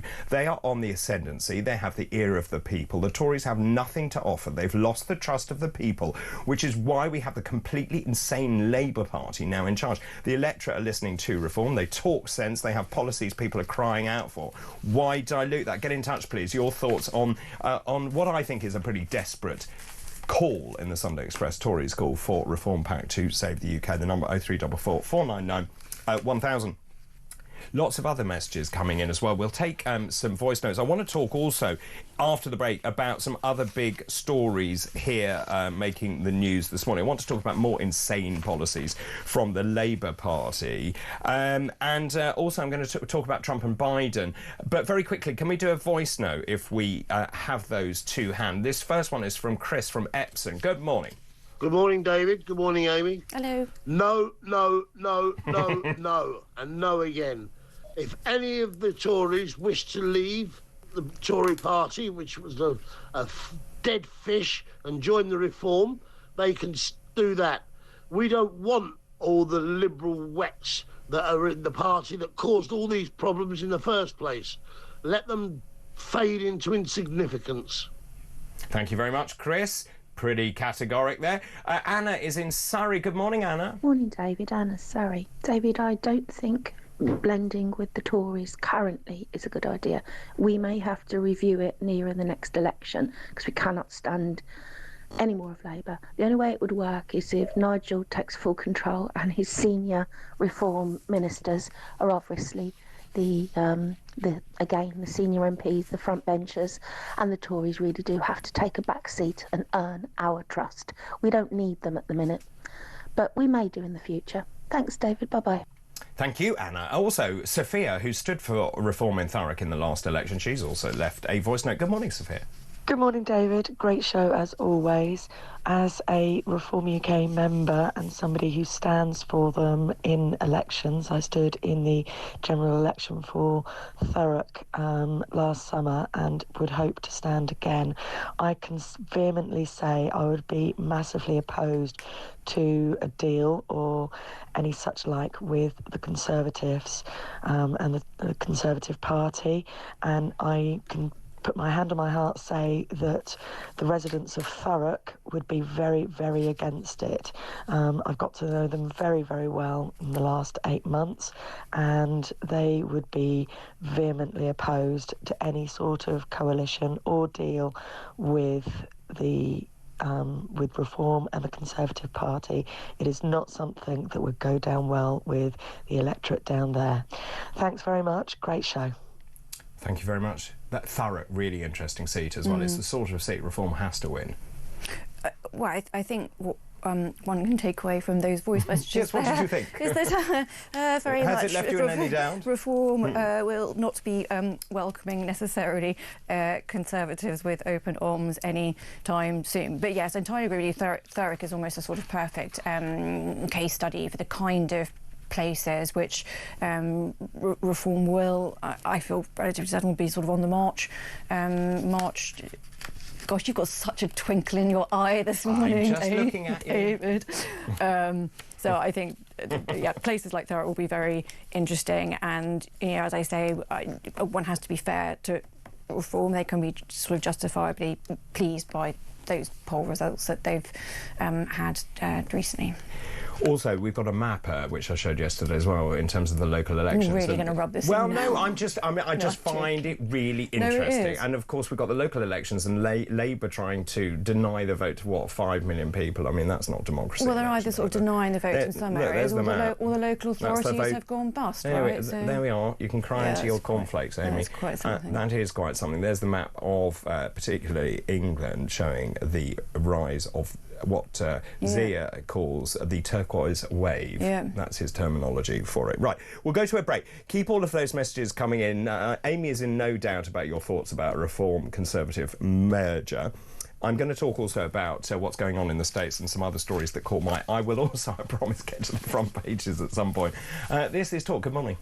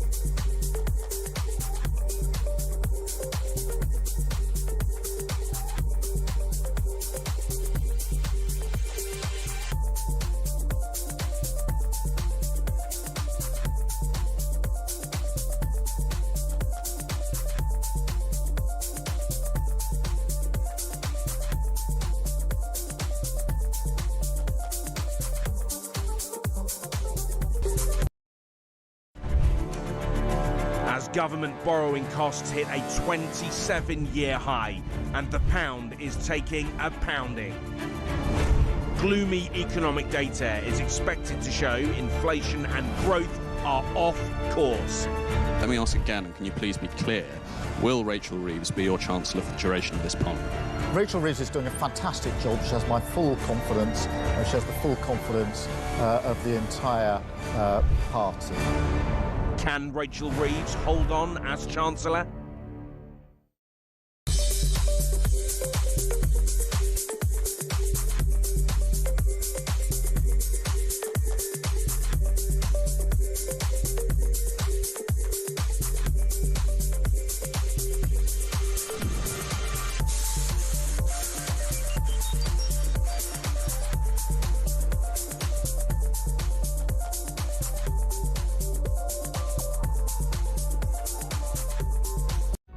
Across the UK, on DAB+, on your smart speaker, on your smart TV, and on your side. This is Talk. This is Talk 7:27, Sunday, February the 9th. I'm David Bull. Amy Fisher joins me this morning. We will now go through the front pages before I forget again. Let's start, shall we, with the Sunday Telegraph. We've spoken about this at length today. This is about Andrew Gwynn, the Health Minister. He's been sacked after saying he hoped a pensioner who didn't vote Labour would die. Andrew Gwynn, the Labour MP for Gordon and Denton, has been forced to stand down. This is a string of terrible messages on an encrypted platform called WhatsApp, which the Mail has got hold of. That's their front page. Minister sacked for saying pensioners should die. Interesting. On the right-hand side, taxpayers face $200 billion cost of Labour failure on migration. This is Kemi Badenoch warning that taxpayers will face an astronomical bill of more than $200 billion because of Labour's failure to tackle mass migration. Kemi, look in the mirror. Well, you know, under the Tories' watch.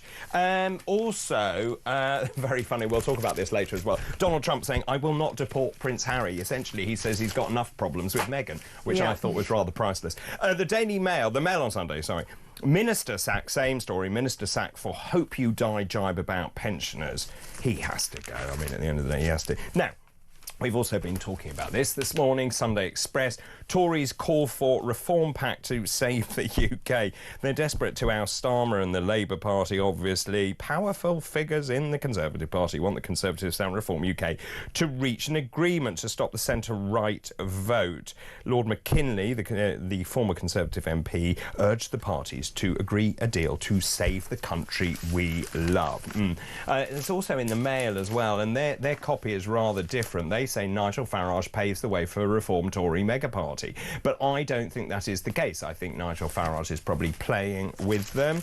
The Observer, Labour, we spoke about this morning as well. Labour to fix the benefit system to get people back into work. That is a huge problem. They want to cut, what was it, 1.3 billion off the benefit bill. £100 billion, over £100 billion goes on to benefits at the moment. This is the Sunday Times.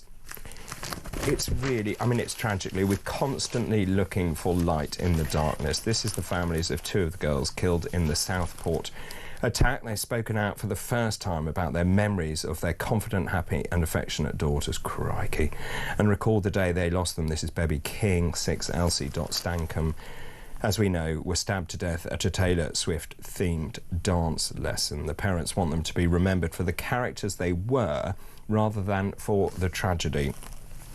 Now, as we know, they died last year, along with 9-year-old Alistair Silva Aguirre, after a 17-year-old armed with a knife burst into their dance workshop. They did a 3-hour interview. They don't mention the killer's name at all. In this interview, they didn't mention the killer's name at any point. They praised the support and work of the police officers. They criticised the judge for his televised sentencing remarks. It's so difficult to read this, isn't it, Amy? I feel a bit, as anybody who does read this, feel very sad and a little choked up. There's very little to say about this, I'd agree. because it was just so awful. Just so horrific. It is just so horrific. And the same story, The Mirror. They are our angels. First emotional interview with Elsie and Bebby's parents. The Sun has a different take on this. Horror will live with me forever, says Southport hero. This is a hero. This is Joel Verite, 26 years old. He's a dad of 2. he confronted the Southport knife attacker and told how the horror of that day will live with me forever. He was one of the first people onto that scene as Axel Rudiker-Barner killed those 3 girls, stabbed 8 more last July. He also gives an interview. He talks about his trauma, and he said the teenage fiend does not deserve to be alive. And on a lighter note, you can always count on the Star, I think. Weather buffs warn Feb will be the coldest for 6 years. We've got the Scandi shivers, apparently. We're facing weather as gloomy as any Scandi drama. I love their copy. Thanks to a cold front swooping in from across the North Sea, and it will mean the freezing conditions stay until March. Brilliant, according to the paper. It's set to be the coldest since the beast from the east. I have to say, Amy, it was jolly chilly when I got out of the building. I mean, everybody finds January so sort of miserable, and you sort of get quite excited once it's over because it's such a long month and it's been ages since Christmas. You don't have any money, and you think, oh, February, and oh, it's going to start getting better. And then now this week we just had this sudden cold snap again, which obviously the star on the inside has gone with. Now it's February, so they're really going with the theme in this. Yes, and it was unpleasant this morning. I suspect for the next week it's going to be sort of fleecy pyjamas and hot water bottles all round. Well, it's bath day. You can have a bath, remember? It's just true. I used to be very unpopular at university because I did used to go and take these incredibly long baths where I would sit such and a luxury, isn't sit it? and read. Because they were those really. One of them was this fabulous kind of cast iron, like this sort of roll toppy, really deep one. I mean, obviously, because it was sort of student accommodation, you'd have to make sure you cleaned it thoroughly before you yourself would be. That reminds me, I had shared bathrooms as well. Yeah, exactly. But then once that sort of practicality was out the way, I did used to like to sort of lie in there and read for a while. I have a bath at my house, and by the time I then fill it up, and it's a really deep one, and then you fill it up, and then it's piping hot, and it's actually too hot, and so I don't have it as hot, and then by the time it's full, and then it's cold. So there's science. It's all very difficult. It's science, to draw the right sort of bath. And also, it's a lot of water, Amy. No, I actually don't have a bath in my house anymore. Oh, lots of houses don't. This is quite interesting, by the way. I will mention this. Sunday Times. Starmer asked the civil service head to quash the BBC story about Sue Gray's pay. I'm loving this. Sir Keir Starmer asked the Cabinet Secretary to urge the BBC not to run the story, revealing that Sue Gray, his top advisor, earned more than him.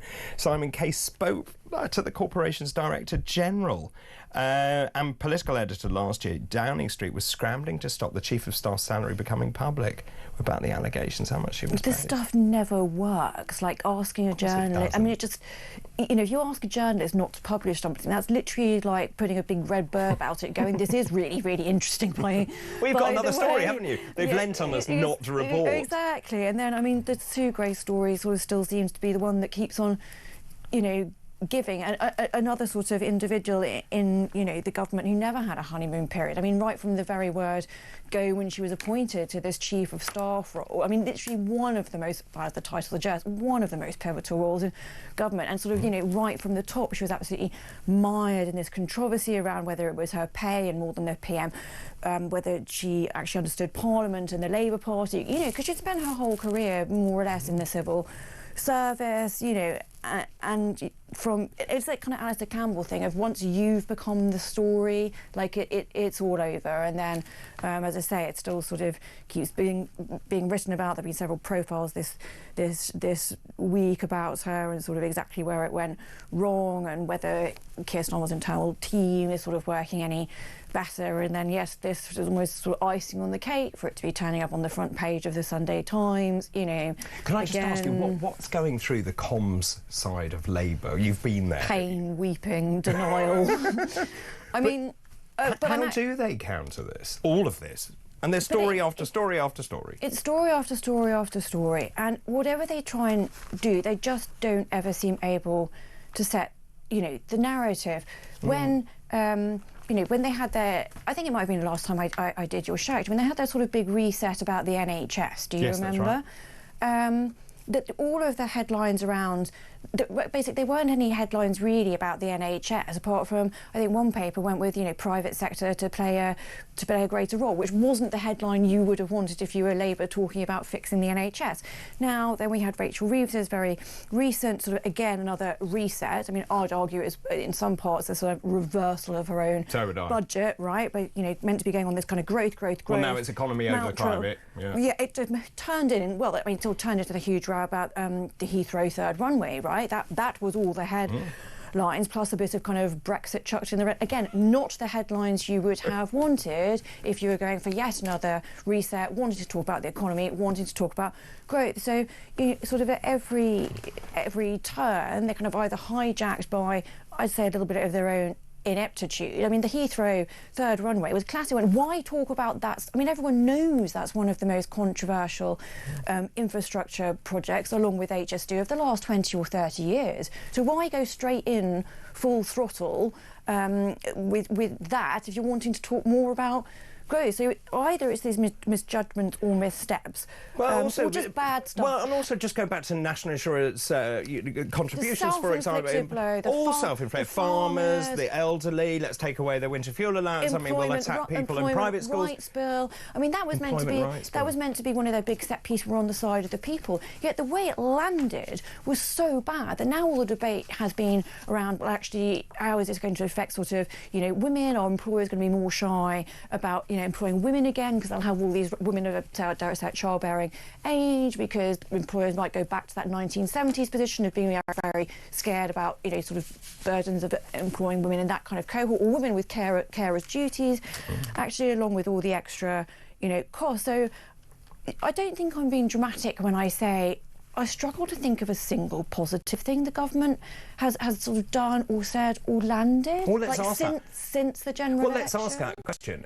What is the one positive thing that you can think of the Labour Party has done? That's a great question, actually, since they came to power. Because either it's these self-inflicted policy things, or it's this grot around, the tickets for football, the whizzy freebie glasses, ministers saying and doing stupid things. I mean, yes, I'd be very interested to hear what listeners come up with if they can sort of see a small positive when there's been anywhere. I mean, I have seen Labour pundits going on social media trumpeting what they've done, and I just replied with one word yesterday. I was tired. We'll take a break for the moment. After the break, we're going to be showing you a clip from Hamza Yusuf. This is a really interesting clip. He posted it on X. He's responding to a conversation or comments made by Suella Braverman. It will be very interesting to see what you make of it. The time is 7:39. Good morning.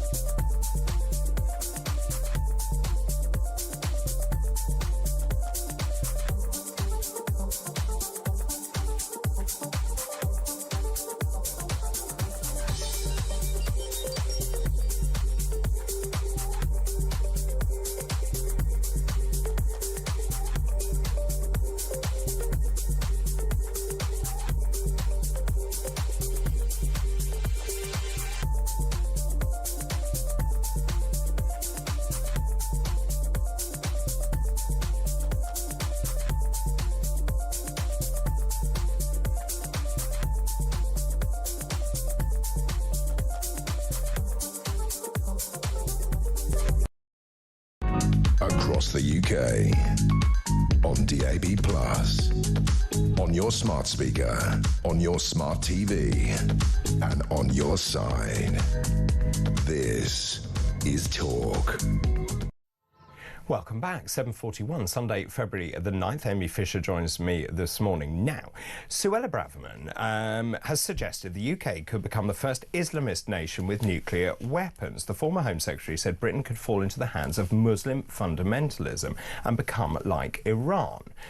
She made these comments in a speech to the right-wing Heritage Foundation think tank in Washington. Hamza Youssef has responded to this. He said, what a load, I think this is his comment, what a load of halal mince, constant dog whistles from politicians about Muslims who make up less than 7% of the population. The far-right's anti-Muslim rhetoric has gone from the fringes to the mainstream. This is on the back also of the conversation we had the other weekend about what I'm seeing in East London. And when we are seeing changes, let me put it this way, to the demographic makeup of East London, and the fact is there is enormous segregation and separation in attitude, in clothing, in a lack of cohesiveness. I'm trying to be politically correct about all of this. Let's now look at Hamza Youssef's clip. Here it is. Muslims are taking over the UK. Well, that's what you might think if you listen to the likes of former Home Secretary Suella Braverman. Just last week, she repeated the suggestion that the UK could become the first so-called Islamist state in the world with nuclear weapons. That's right. A country where the Muslim population is less than 7% is apparently going to be taken over by Islamists. Your thoughts, Amy? Well, look, what Suella said was pretty extreme. We know that indeed the former Home Secretary is not sort of shy of diving quite deeply into these issues. So whilst I don't sort of particularly agree with the bones of what she said, I would also argue, as indeed this week the government's own advisor to sort of prevent and the counter-terrorism programme within the Home Office has said, but we can't be shy of talking about, you know, is Islamism, Muslim, you know, if there's an issue within some Muslim communities. Fanatical Islam. Yes, exactly. And as I said, that comes from the government's own prevent advisor. And just to kind of move it more broadly, sort of away from the sort of terrorism aspect, we do know there can be problems in this country if we are shy about talking about certain issues that happen within certain communities. This was the whole child abuse, Rotherham, all of that kind of issues and goings on there, which again has been a focus of great attention, you know, in the last few weeks, sort of months or so, about the fact that there was certainly some hesitation on the part of the local authorities, social services, and the police for being specific about the fact that the grooming, as I say, scandal that was going on there, mainly to working class white girls, was being perpetrated by men from certain communities.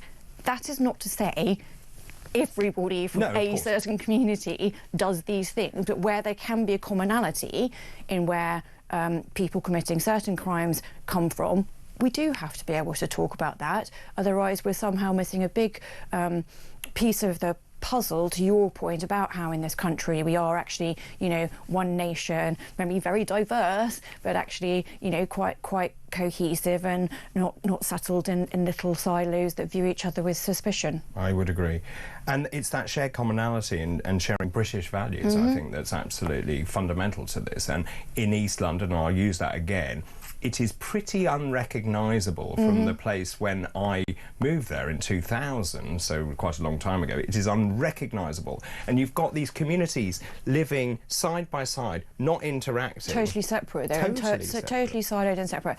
And that's a problem. That sort of siloisation, if that's a word, is what former Home Secretary Sajid Javid always sort of spoke about, and perhaps he, with his background, was able to be a bit more on the front 100%. Foot about it. That was always his point, where he probably went the firmest I certainly heard of Home Secretaries in recent or certainly under the coalition, talking about, no, I want people to learn English. I want people to be able to speak English in a way that enables them, you know, not just to react in a shop and be able to, you know, go about their daily lives, interacting, you know, but obviously with a view to going to the workplace. And he was very upfront about, you know, this is a particular problem actually in some communities with regards to women who aren't even allowed to leave the home, who don't learn English, and are we then therefore really surprised that they do just stay siloed in particular communities with no, not even kind of any just completely separate from anybody else. They're kept isolated. Around them, total isolation and divorce from society of the country that they've come to live in. And of course, it now goes back also to the Labour Party saying they're going to remove voter ID, or at least intimating they're going to remove. Which is completely bonkers. It is completely bonkers, but you know why, of course, because, and I've seen it in East London, where people carry the votes to the polling stations, and of course you have no idea who actually filled in those pieces of paper. And who has been told how to vote or strongly encouraged how to vote. And again, I've you know, with all the various sort of campaigning and whatnot I've done, I've seen it happening. I've seen it happen. So I think that is an entirely bad idea for democracy. I just don't understand why you'd want to do it, apart from... It is like pick a policy, any bonkers policy, and we'll run with that. I did ask, or you asked, what was the one positive thing that Labour has done, if you can think of anything. This is Neil.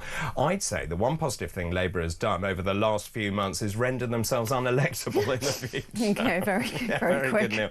Right, time for a break. After the break, we're going to be talking about all the big royal stories with Rupert, with our royal correspondent, of course, with Rupert Bell. That's all still to come. This is Weekend Breakfast. Good morning.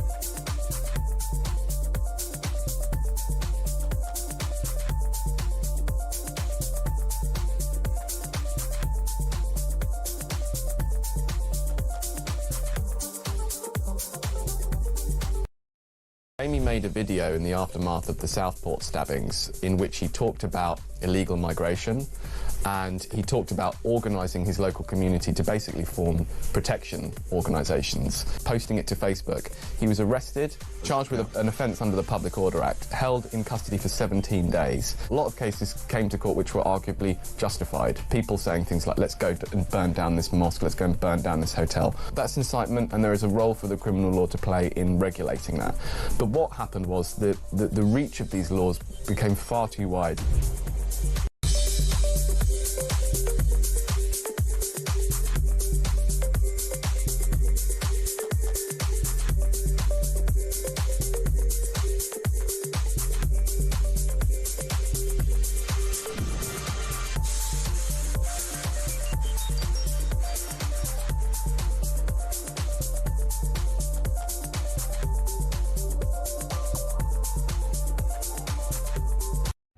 Across the UK, on DAB+, on your smart speaker, on your smart TV, and on your side. This is Talk. Morning, morning. Should Reform do a deal with the Conservatives? Just asking. Let me know your thoughts. 0344 499 1000. David Graham says in Ipswich, sunny Ipswich near me, people want reform. If they join forces with the cons, I'm afraid they will lose votes and people's faith. I am not looking forward to voting reform. What? I am looking forward. I'm looking forward to voting reform, but simply put, I will not vote if there is a partnership with another party. That's Graham in Ipswich, telling it as it is. Right, it's time for Rupert's Royal Roundup. Rupert's Royal Roundup. Morning, Rupert. Good morning, David. How are you? Very good, thank you very much. Love the shirt again from you. Always a pleasure to find out what you're wearing on a Sunday morning. Well, I look like someone's granny, I think. You look resplendent in gingham check. Well, country gingham check. Well, quite right. Now, I rather like this first story. Donald Trump has ruled out deporting Prince Harry from the US, claiming the Duke of Sussex already has enough problems with his wife. I fell around. Well, he's probably saying as it is, but actually I think deep down what I think he's saying is that Harry's here now, just like trying to put the whole issue to bed. Yes, he's obviously made a dig at Meghan and saying that's his big problem, but actually probably deep down he's thinking, and must remember, Donald Trump is quite a royalist. He's got a lot of time for the royal family. He really, as we saw in the presidential election, he was sort of reminiscing about his state visit when he met the Queen, and he definitely has a soft spot for the King and also for Prince William. But I think it's also saying we don't need to give the King any problems. He's trying to recover from cancer. You know, William's obviously got his, with his father and his wife both in recovering from cancer. So I think there's actually a sort of subplot here that actually we've got to just say he's here now, put a line under it, but wish him luck through with his wife, Meghan. So quite interesting what he did have to say. Well, quite. He says, I'll leave him alone. He has enough problems with his wife. She's terrible. Of course, remember, she said Trump was divisive and misogynistic. There's another story, actually, in the Telegraph this morning. The Duke of Sussex has basically criticised the weak moral character in the world in interesting insight, Harry. Yeah, well, and I wonder who he's trying to have a dig at there. So, yes, and he's at the Invictus Games, which is, really important to him. And it's great to see what Chris Martin was singing at the ceremony. Katy Perry was in town last night for the opening ceremony. And it is something that he's passionate about. But I think he's really, and what we are seeing, though, is Meghan is in town. She's quite obviously why she's wearing a bright white coat so that she can stand out. She does seem to be spending most of the time clinging to her husband at every moment throughout the Invictus Games. So, again, you somehow feel that she's trying to make the story about her, yet it should be, and I'm sure Prince Harry would think it's got to be about the competitors and the journey that these competitors have been on. And some of it is horrendous, and the recovery. Yeah. And what's so good about the Invictus Games. As an ex-serviceman, I absolutely applaud what Prince Harry is doing in this, but at the same time, it's got to make sure that it's not the Meghan show.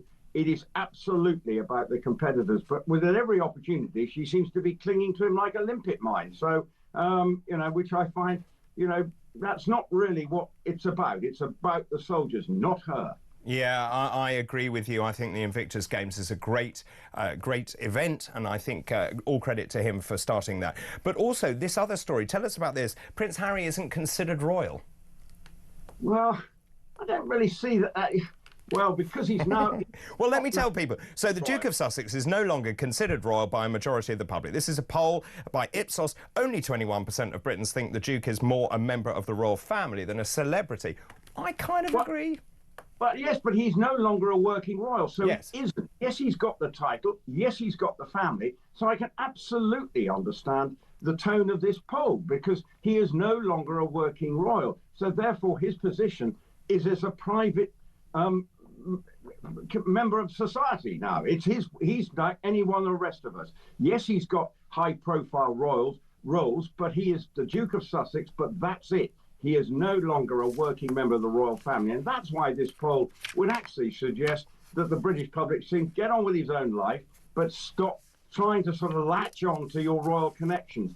Yes, the Invictus Games is something that he's passionate about, always was going to be, but I think that's why the British public are probably pretty fed up with him now. Move on. We've had it. Go on. You've chosen your life. Now move on. Enjoy the rest of your life. I think you're right. And very quickly, in 60 seconds, stars, including the Beckhams, join the King.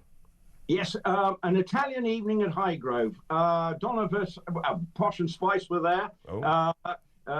Not Posh. Well, Posh Spice was there with her husband.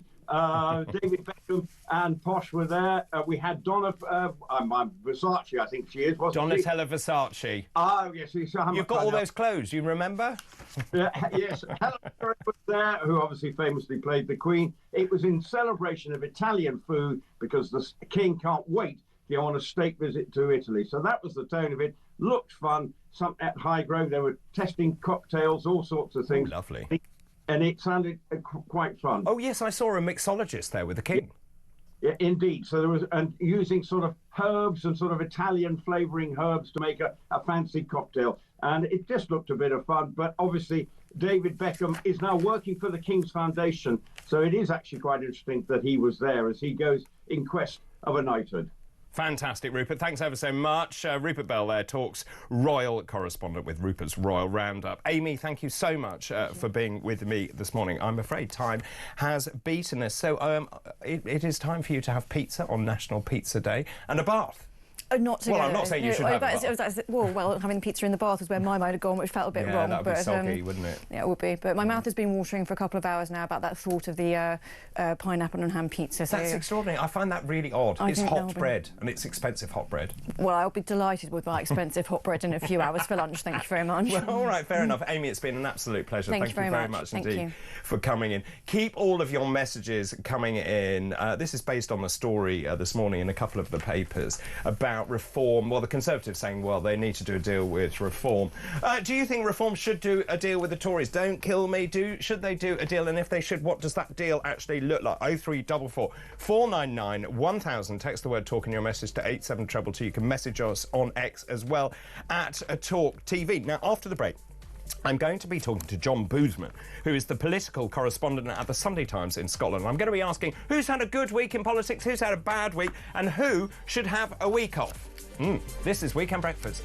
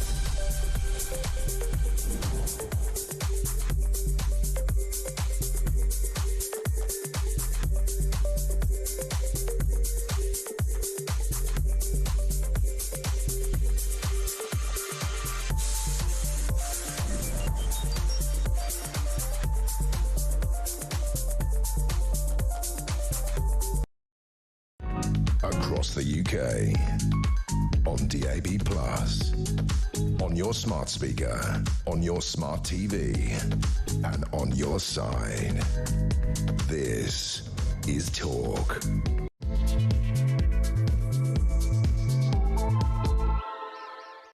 Hello, a very good morning to you. Just after 8 o'clock on Sunday, February the 9th. 2 hours have flown by. Thanks very much for your company this morning on a miserable Sunday. But anyway, great news for you this morning. It's Read in the Bathtub Day. Sounds a very nice thing to do. A day when you can grab a book and soak until your heart's content. I'm going home to take my barefoot out the back again.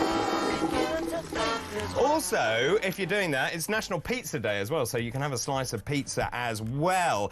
You can enjoy the Italian doughy treat. And now, I'm just telling you this, if you wear black and white stripes and you head to a particular chain of pizza restaurants, which are called Pizza Express, then you may even get a margarita for free, apparently. National Pizza Day today. Also, it's the UK Pun Championship. Yesterday, comedians from across the country come together in the Leicester Comedy Festival. The winner is crowned UK Pun Champion. I was horrible in school. I failed math so many times I can't even count. Very good, very droll. Let's move on to this hour's fascinating facts. Today's fascinating facts. Well, on this hour, 1972, this day, the British government declared a state of emergency 3 months into a national miners' strike. In 1988, on this very day, the House of Commons voted to allow experimental televising, of selected debates. And I remember this vividly. On this day in 1996, the IRA detonated an enormous bomb in London's Docklands, effectively bringing an end to the ceasefire and signalling the start of a new bombing campaign on mainland Britain. Actually, at South Quay, where that was, there is still the shell of a building that hasn't been rebuilt from all that time ago, from 1996. Anyway, those are this hour's fascinating facts. Weekend breakfast, feel alive and bright. With David Ball, everything's just right. Well, a very good morning to you. 5 minutes past 8, Sunday, February the 9th. If you're just waking up this morning, crikey, this is a terrible story for the Labour Party. We were just talking about that, actually. Amy and I just saying, you know, what is the one thing that Labour has done right since it came to power, 7 months ago? And every single day there are just terrible headlines. Minister sacked for saying pensioners should die. That is the headline in the Sunday Telegraph. This is a health minister has been sacked. It's quite extraordinary what he said. He hoped a pensioner who didn't vote Labour at the election would die. This is Andrew Gwynn, a Labour MP. He's been forced to stand down. It's not just this one comment either, as bad as that is. There are just a string of these terrible remarks about the public, about fellow politicians as well. So in this one case, he said, so essentially, this was a 72-year-old resident who said to a councillor, I didn't vote Labour, but look, you're the councillor, I want you to deal with my bins. And the councillor then asked him, what should the response to that be? His response was, dear resident, F your bins, I'm re-elected, and without your vote, screw you. P.S. Hopefully you'll have croaked it by the all-outs. Now, the all-outs is a parliamentary term for the local elections. If that wasn't bad enough, the Mail on Sunday then reports about another constituent where he talks about and fantasises about mowing down the constituent or being mown down on a bicycle by a heavy goods lorry, writing, I have positive visions of him getting mown down by an Elsa Waste HDV whilst he is cycling on the Fallowfield Loop. We couldn't be that lucky. He also went on, appearingly, to mock the Jewish surname of another public figure.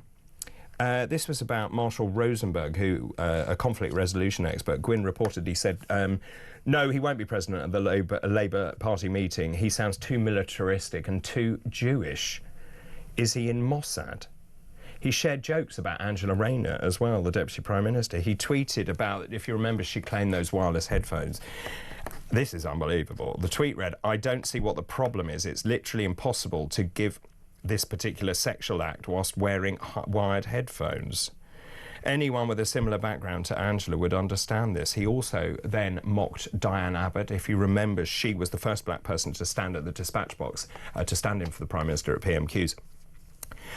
He told this chat group the reason that she was there was not because she got there on her merit, it's because it was Black History Month. I mean, this is absolutely shocking. He's been stripped of his ministerial job, suspended by the Labour Party. He is actually the third Labour minister. We are only 7 months into this. Third Labour minister to stand down in disgrace. If you remember, Louise Hay, the Transport Secretary, stepped down after a fraud conviction came to light. Then, of course, you've got Tulip Sadiq resigning, follow these allegations of misconduct. It is extraordinary. Also, and I do think it's interesting, this, because Gordon and Denton, his constituency, in the last election, Labour got in, but the vote share change was down 16.5%. That is the big headline here, and I'll just tell you this one as well, if you're waking up. This is pretty desperate stuff from the Sunday, well, not from the Sunday Express, but from the Tories. Tories call for Reform Pact to save the UK. Yeah, apparently they're saying, well, you can't split the right-wing vote. By the way, Reform is actually gaining votes from across the political spectrum, so they seem to miss that. And there's a really good comment in I think it's the Express or one of the other papers, saying the Tories seem to think they've got a God-given right to rule the country.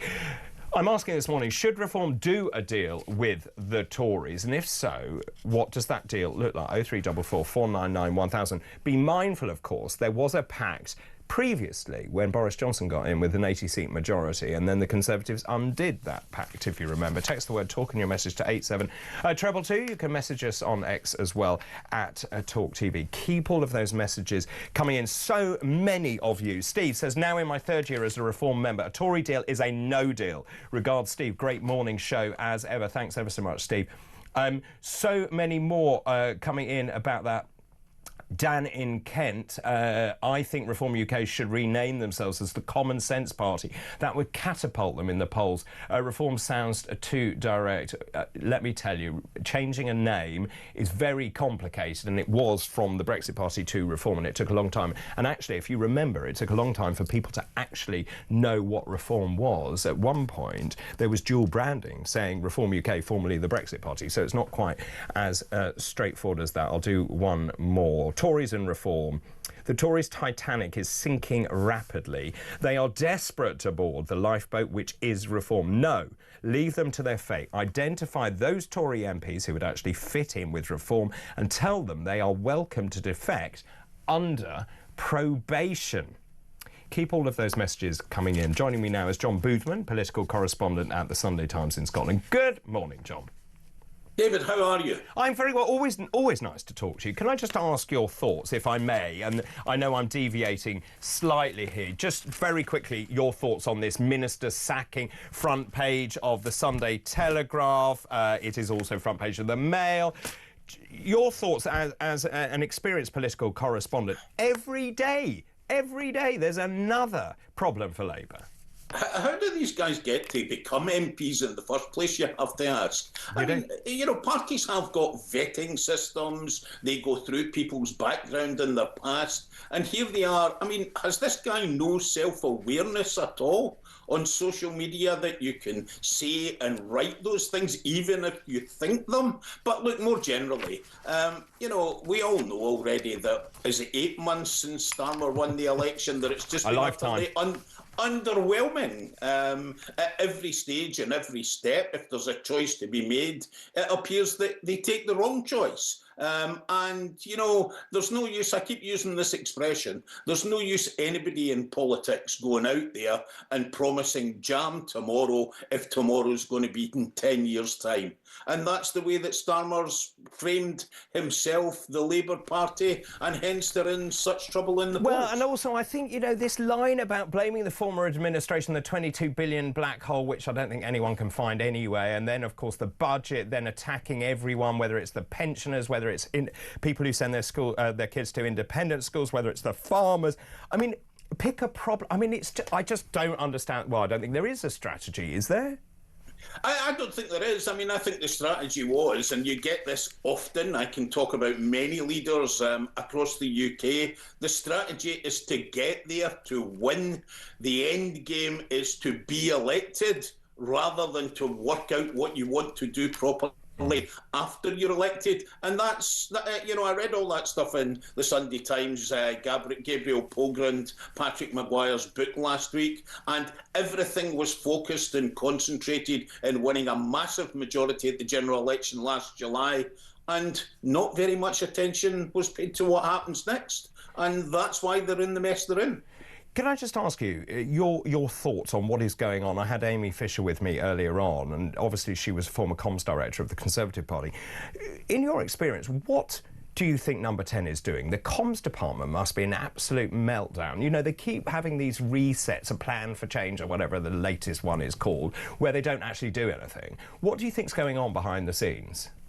Look, I think it's utterly chaotic behind the scenes. I mean, again, in that book last week, we were told that the guy who was in charge of strategic comms in the election didn't know that he was going to be the comms director right until the last minute after the election, and that when he went there, Sue Gray, who gets the blame for a lot of this, had no plan whatsoever to take them forward. And I think there's a lot of that. I think it's very, very clear that they haven't and didn't assess properly what the results of their actions might be, whether that be on the winter fuel payment, whether that be on a whole series of other decisions they're taking. They shouldn't be in a place where they're having to reset so quickly, given that they were only elected last July. And as I say, it's that jam tomorrow thing. Look, we live in a world of politics that's fast moving. People want, I'm not saying instant gratification, but they want to see results and to see things quickly, and they're just not seeing them. And where do you stand on this other story this morning? This is Sunday Express, and actually when you read the Mail's piece, it's different to this one. Tories call for Reform Pact to save the UK. I think this is pretty desperate stuff. It's not to save the UK, it's to save the Tories, isn't it? Funnily enough, that's exactly what I was going to say. That's what the headline should be. Look, the Tories are caught between a rock and a hard place in this kind of stuff. And I think they're in a very, very difficult place. We've got those council elections coming up very, very soon. They're looking over their shoulder all the time about the prospects of defection. It's clear that people are not happy inside the party about what's going on, but they're in a very poor place. Yeah, I would agree. Let's you've got some choices here. So in this section, I like to say, if you can name someone who's had a good week, someone who's had a bad week, someone who we should keep an eye on in the week, and quite frankly, who should have a week off. Who has, in your opinion, had a good week?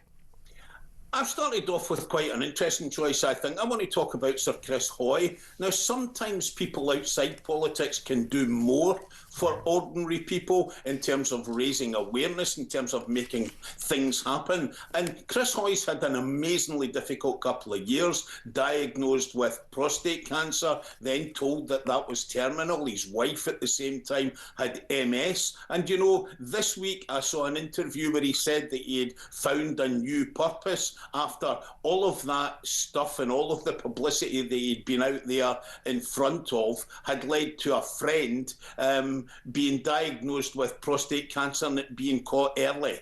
And I just thought, hey, he's such a pleasant guy, a humble guy. He's one of the only people that I can think of that's a real national hero. And, he's had a hard time, and it's just good to see something in a week that's positive about him. He's going to be at the rugby today, Scotland and Ireland. He's going to bring the match ball out at the beginning of the game. But just look, it's good to see somebody who deserves a break and, something good happening to somebody who's done so much good. Yeah, I totally agree. It's really interesting. When my father was diagnosed with prostate cancer and he then told his friends, they went and got checked, and his friends were found with prostate cancer. So that has enormous resonance for me. 7-fold increase in the number of people seeking advice after Chris Hoy made his own revelations, and thousands and thousands and thousands of men out there being tested as a result. Good on the guy. Absolutely. I absolutely agree. Who, in your opinion, has had a bad week? Look, you've been talking about some of this, I think, this morning. Prince Harry, not a bloke with his troubles to seek.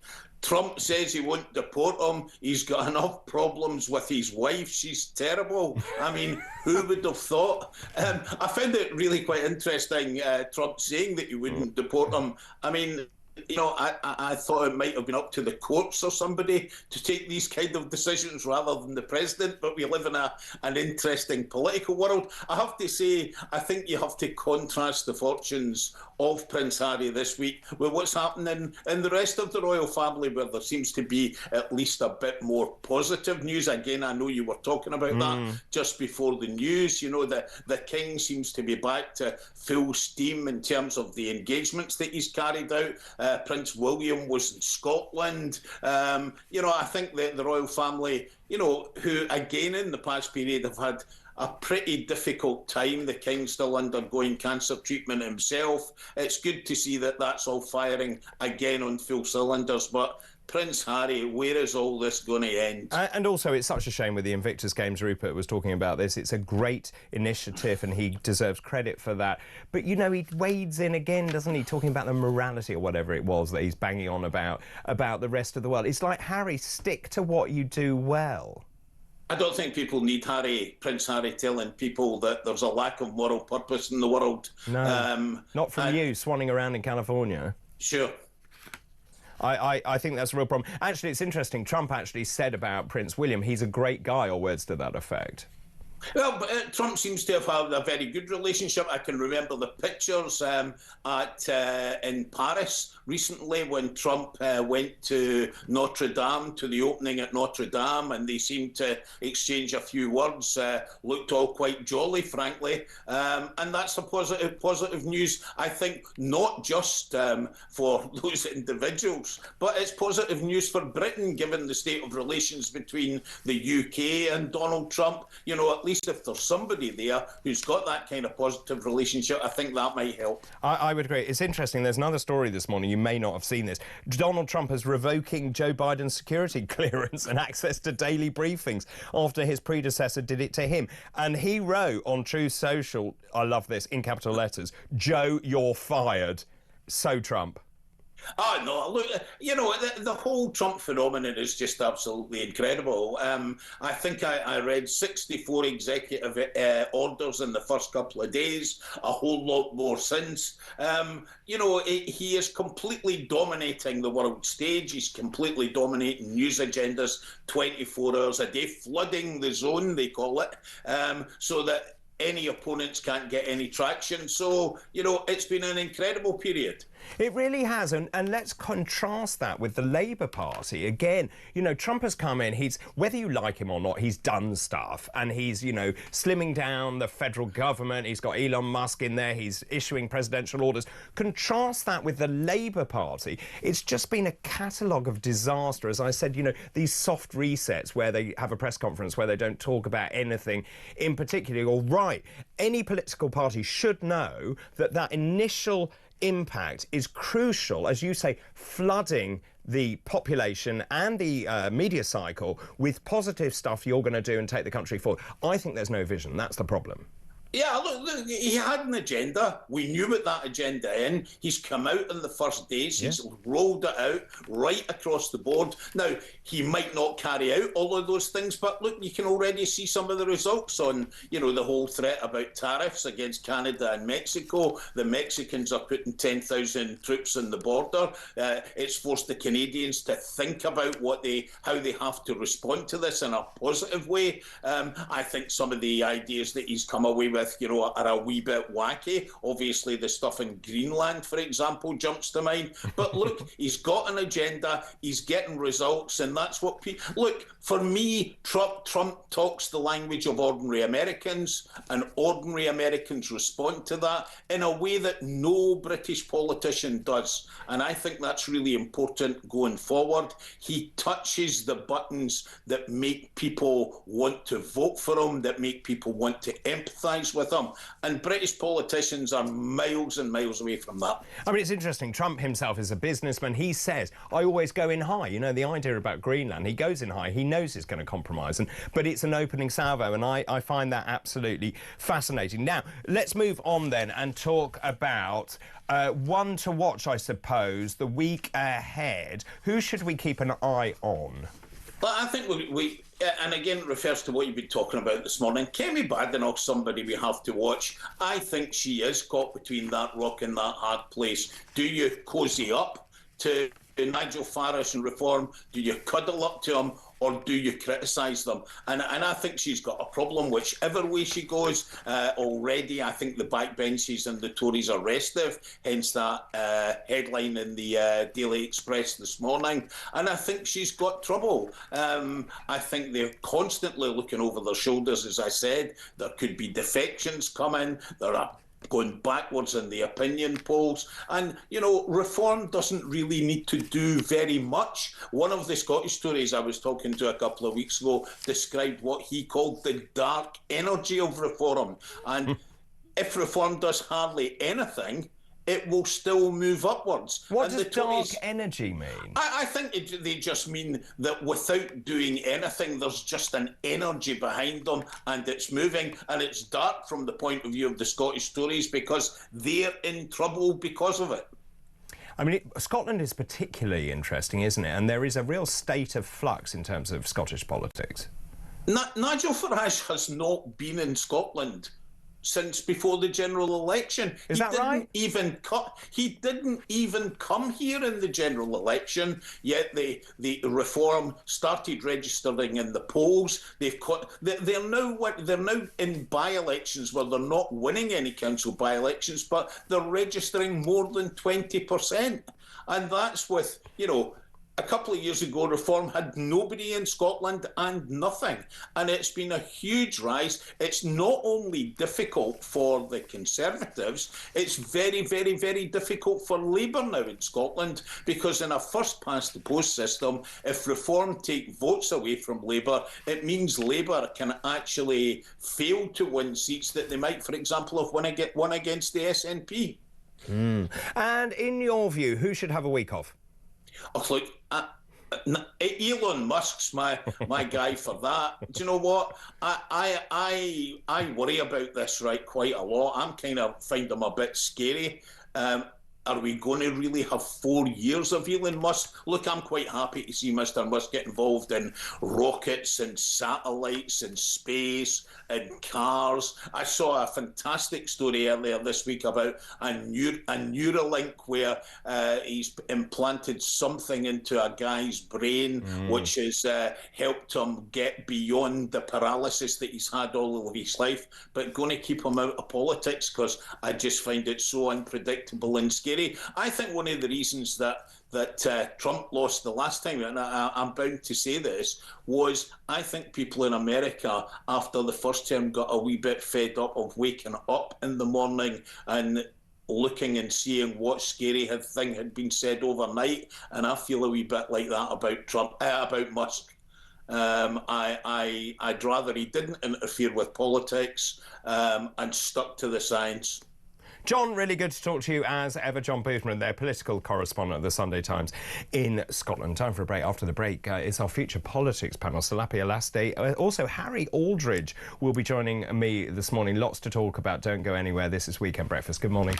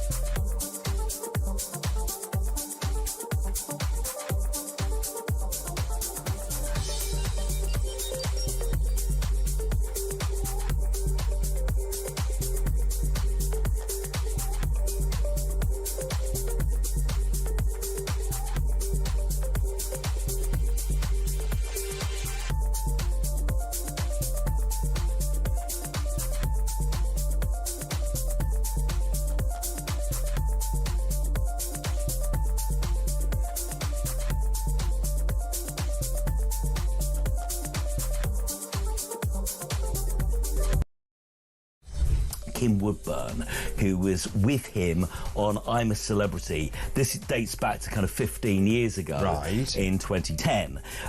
So what we've got over the last 24 hours is over 40 allegations of people saying that he was sexually inappropriate and intimidating behaviour over a 12-year period on all of his TV shows. It's an ITV kind of investigation that's going down. Obviously, he is denying it. He's saying, you know, I've never heard about this.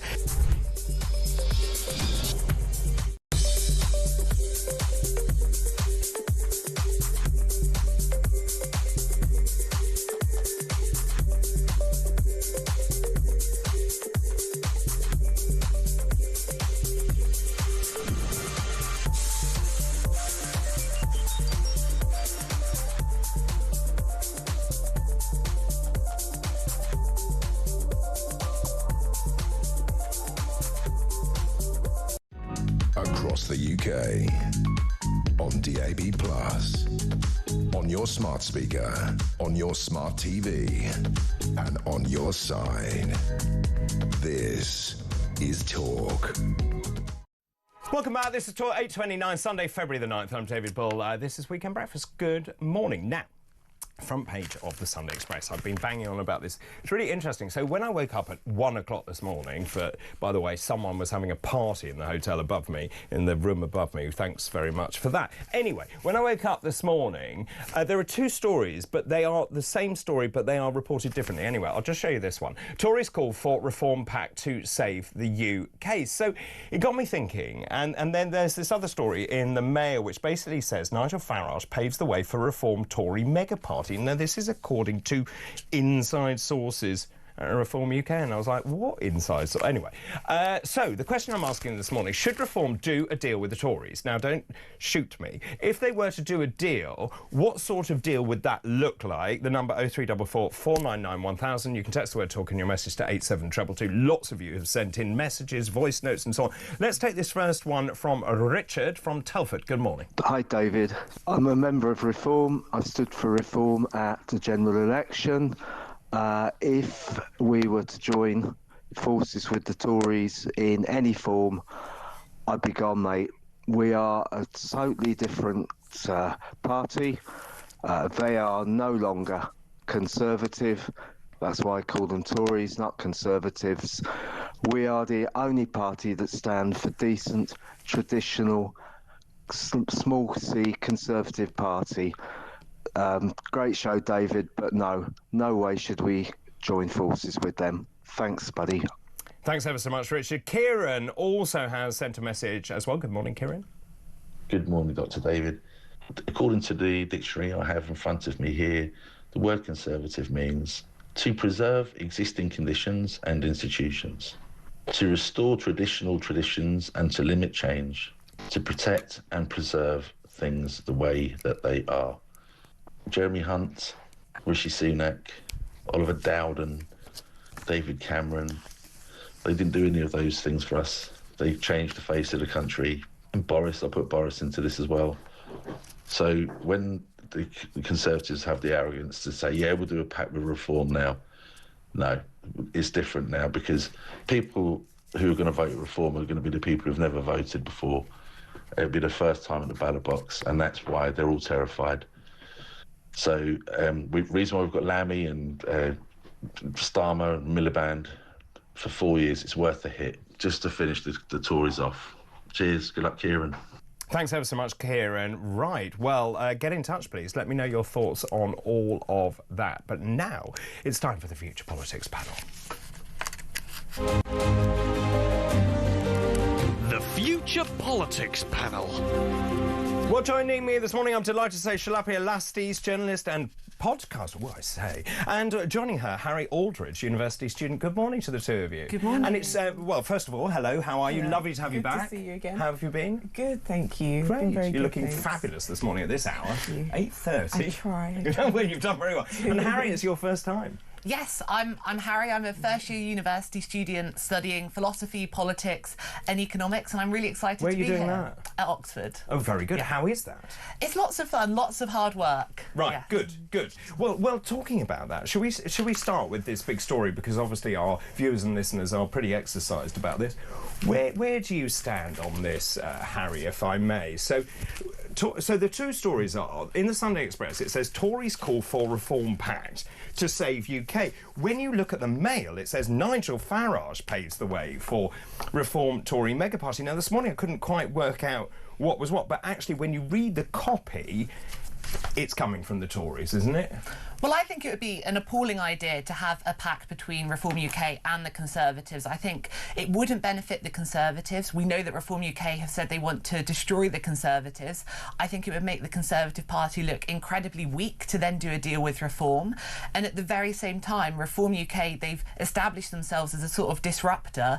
If they were then to do a deal with the Conservative Party, it completely undermines their image. And more broadly, I mean, we hear conversations around a progressive alliance or a left-wing pact as well, and I would oppose that, because I think... What does that mean? Well, a pact potentially between Labour, the Liberal Democrats and the Green Party, and I think a pact of that nature would be wrong as well. I think it starves voters of a choice. I think it's wrong for activists to be campaigning for candidates they're not particularly enthusiastic about. And I also think you can get huge issues where, for example, if one party makes a massive blunder, a massive mistake, then that reflects badly on every single party in that pact. Desperate times, desperate measures. Is this what's coming from the Conservatives? Indeed, desperate times, desperate measures. I don't know if it would be the worst thing in the world, and I say that because I think that the Conservatives could perhaps draw Reform back from the ledge, back from jumping off, in the sense that there are a lot of things that they are saying, there are a lot of things that they want to do which I don't agree with, and I feel like... Well, you said it. Yeah, it's true. Like it's what? True. Do you know what? I think it's more the rhetoric from Nigel Farage. I think it can be very incendiary, and I think it can be quite dangerous in terms of the kinds of support that the party is, the kinds of support the party's getting. Okay, I am going to have to ask you what you mean by that. Okay, so for example, with the Southport riots, there are many people who have said that, you know what, we would vote Reform as a result of this. And that's people, some of the people who are actually rioting, right? So some of the people causing damage have said that they would actually be part of Reform. They'd be happy to be part of Reform. And that's not to say that Reform is suggesting that people should act in that way or should do things that are dangerous. However, the language can be used to I think some of the language of Nigel Farage in his speeches and some of the things he's saying can be used by people who want to do dangerous things or who want to cause damage, if that makes sense. Yes, it does. It does make sense. But let me just ask you about that, Harry, if I may. Just, isn't it the vacuum that was created that? From my perspective, I think one of the problems is it feels, well, this is what those people would say, that there is a two-tier Britain going on, and that the government reacted very strongly to those people who were, and it's wrong to do that in any sense, to riot. But I think it's born out of frustration. Let's just go back to the main point here, though. The Tories are obviously calling for this. Is there a sense, and you're doing PPE, so you would know, is there a sense, and this is what I've heard from people who are friends of mine, but also in the Conservative Party, there is almost they believe a God-given right to rule? Yeah, I mean, I think the Conservatives do have that attitude, and I think we saw a lot of complacency over the 14 years they were in government. And actually, when people went to vote at the ballot box, they saw that their living standards had declined, they saw that public services across the board were in a crisis, and they voted against the Conservative government. They don't have a God-given right to rule. No. Can I just ask you about the other front page this morning? I mean, it's impossible not to condemn this, isn't it, in any sense? Minister sacked for saying a pensioner should die. Nigel Farage said, talking about incendiary, he said earlier in the week, the problem, and I don't know whether it was an off-the-cuff comment, this undermines any sense of kind of trust in politicians, I think, generally across the board. Nigel Farage said, the problem is that all politicians are... He used a W word. Is there a worry, actually, that we're not attracting the right people into politics? The idea that this man said these horrific things, and he obviously has been suspended at the moment. What's your view of British politics at the moment? I mean, you talk about incendiary comments and stuff. Where are we? I think that it's very disrespectful for somebody who has been elected into that position to be talking about people in this way, whether they voted for them or not, because that was part of the issue. He was saying that this is somebody who hasn't voted for them. It's disrespectful. I don't know what it is about WhatsApp groups in particular is my issue, because if you talk about the Westminster honey trap, if you talk about you know, the COVID inquiry and some of the things that were deleted, there is this culture in which things are being said that quite frankly just should not be said and are disrespectful and unacceptable. I know we all say things, you know, that we regret, but it seems that jokes are being taken way too far on these groups, and I think it's just a sign of a disrespect for the office, in fact, that people have been given. I think you're right, and actually on those WhatsApp groups, which are end-to-end encrypted, there's a much bigger question for me here, which is, who else was in those groups? How on earth do you feel that you can say things like that, which are A, disrespectful, B, frankly outrageous, mocking Jewish people, talking about Angela Rayner in revolting terms? I mean, I'm not her biggest fan, but I mean, this is absolutely outrageous. And then Diane Abbott, to suggest the only reason that she's standing in for the Prime Minister is because it's Black History Month, I think is absolutely abhorrent. Yeah, I mean, I think the comments which we've heard are absolutely appalling. I think there's no place for it whatsoever in public life. I think Keir Starmer was right to remove Andrew Gwynn from government. He's been suspended from the Labour Party. He should resign, shouldn't he? Absolutely. You know, there's no tolerance for this in public life. We expect better from our members of Parliament. However, I think it's important to recognise that I don't think we should tar all politicians with the same brush here. I mean, Keir Starmer's acted very swiftly to remove him from government, and that's third one in 7 months. Well, it's a staggering contrast from the last government, where you had members of Parliament, you had ministers who did things which were completely unacceptable and then remained in office. The culture comes from the top. Boris Johnson, we saw scandals like Partygate, Flatgate, the unlawful prorogation of Parliament, whereas Keir Starmer's acting very swift here to remove Andrew Gwynn from government. Is Starmer a good Prime Minister? Well, I think he's been a good Prime Minister so far. I mean, look, I think he's inherited a huge number of challenges. When you look across the public... Don't tell me 20 billion fiscal hole. Well, I mean, when you look across the public sector, from our prisons, which are overcrowded, to our NHS, which faces unprecedented waiting lists, to the immigration system, he's inherited a huge number of challenges. But I also think he's taken some really positive steps in the right direction on a policy front. So, for example, lifting the ban on onshore wind farms to ensure that we're producing more energy and cutting bills. But I would also say things like scrapping the tax breaks afforded to private schools. I think that's a fair decision. Why is it? Well, I think, so for me, I attended a state school all of my life. Sure. I saw firsthand the huge budget cuts to state schools. We saw the biggest cuts in over 40 years, from 2010 to 2019. But hang on a minute, people who send their kids to independent school already pay for the state system. Well, so they're taking their children out. Well, I don't think they should be afforded a tax break for doing that. I mean, we pay... Well, it's not a tax break, isn't it? There's no VAT. Well, we pay VAT on a whole range of goods and services. But we don't pay on university fees. Well, I think university fees are probably something which is different because... Why is it different? Well, it's education, isn't it? Well, I think students from a whole range of different backgrounds will go to university. Private school is predominantly attended by those who are the wealthiest. That's not true. It's simply not true. I disagree. It's not true, please. I wholeheartedly disagree. Go on. And I think this is the third time that I'll be discussing this on this show. But, you know, my parents didn't have a lot of money and they did a lot to send me to school, and I feel like people like myself are the ones who are going to be hit the hardest by this. What I would say is that if you look at the average private school fee, it's totally out of reach for a parent, for example, earning the minimum wage. And I think what the government needs to be doing is boosting standards in the state sector. I don't think anyone disagrees with that. Do you want to counter that? My issue is I don't have a problem with... How do I put it? I feel as though, fine, everybody should be paying and contributing, right? But we do that in other ways. We do that in our taxes to take away that aspiration from people. I think it's to behave as though everybody who goes to a private school is earning lots of money, their parents are earning lots of money, and that's just not the case. I have to pause. I have to go to a break. Hold those thoughts for the moment. This is a Weekend Breakfast. Good morning.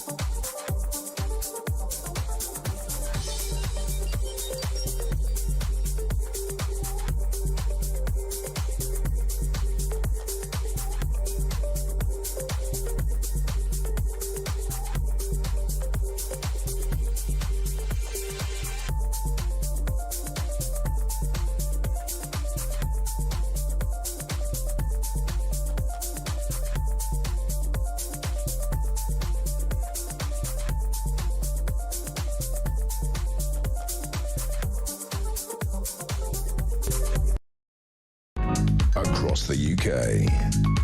On DAB+, on your smart speaker, on your smart TV, and on your side.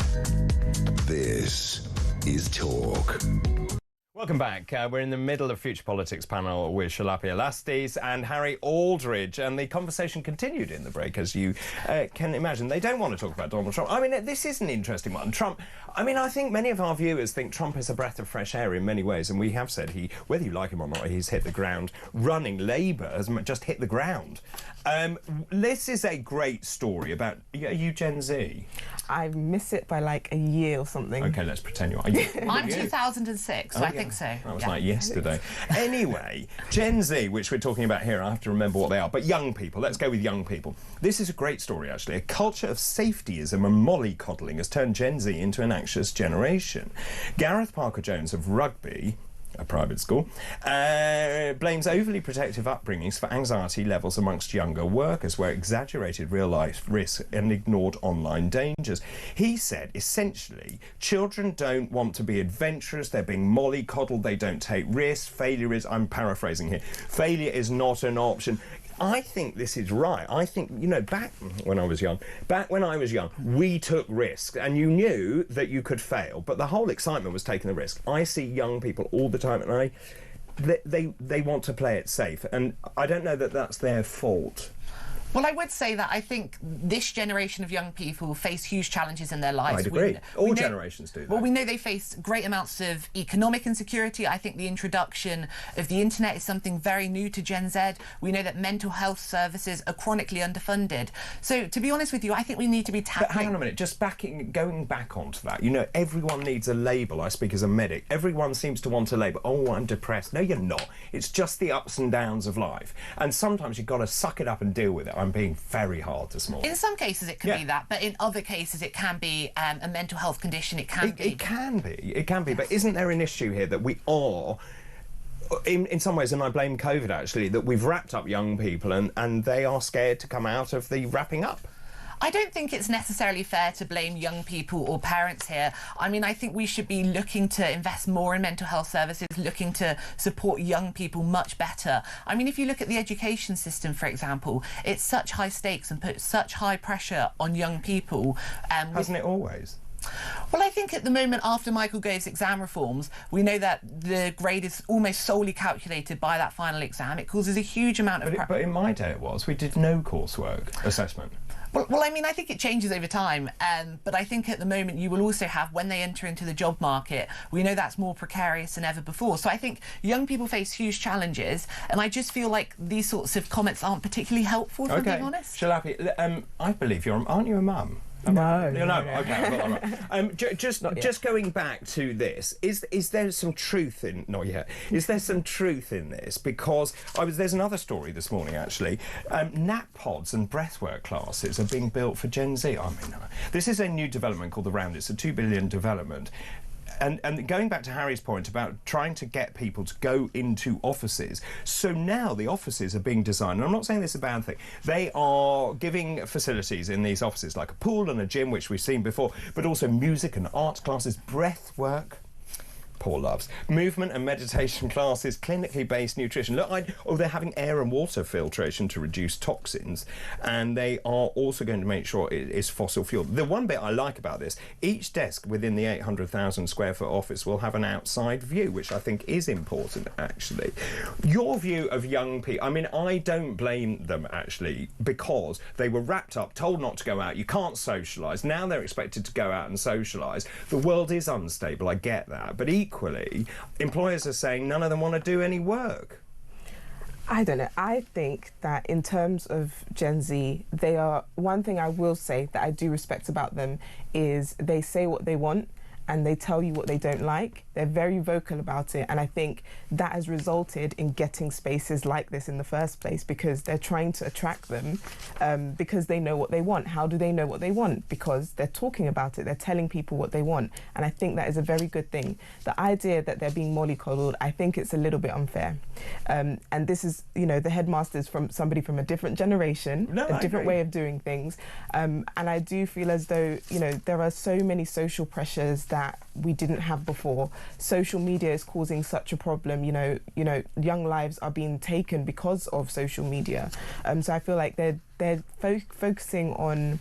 He's focusing on the wrong thing. I think it's more about supporting them rather than talking about, look at what's happened, here we are, and it's essentially saying it's whose fault it is rather than let's deal with it. I mean, there's another interesting story saying that actually mobile phones don't contribute to a reduction in academic standards. I would argue that actually what it does do is stops young people interacting with each other because they're all like that the whole time. Well, we say that, but then there was a story, I think, a week or two ago about there being classes for young people to learn how to talk on the phone, to speak on the phone, because they don't want to I totally even do that. Oh, I totally agree with that. Harry, is that something you see? I mean, I've seen it with my own family where the kids, right, you can't get them prized off these blinking screens. I mean, I think it depends what you're doing on the phone. I think that's probably... TikTok. Well, I don't think that's probably particularly conducive to communication skills, but I think people have a chance when they're at home to talk to their friends through the phone. I think that's probably a productive thing to be doing, but obviously some of the apps and some of the social media platforms which we see probably aren't particularly conducive to young people and probably can cause quite a bit of stress when people are online as well. Yeah, I would agree with that. And also, so clearly you're going to go far, and when you're Secretary of State for Education, can I just go double down on that, just back to education itself? So you would, if I'm reading this correctly, you would abolish private schools probably, would you? And then you invest in the state system and then have a meritocracy and everyone is equal? Well, what I'd say on private schools is I think we have to take the first steps. I think we need to end private school tax breaks. I think we need to scrap their charitable status. And I think that will make sure we have a much fairer playing field. You'd lose scholarships then. Well, I just wanted to kind of respond to the aspiration point. Yes, do. Because I think that actually all pupils are aspirational. All parents want the best for their children. That includes those in the state sector. I don't think that's true. I would say that. No. I would say that I think every good parent wants good things for their children. I would agree with that. I'm not saying that having the aspiration to send your child to private school diminishes other people's aspirations. That's not what I'm saying. I have to go to a break. We'll continue after this. This is Weekend Breakfast. Good morning.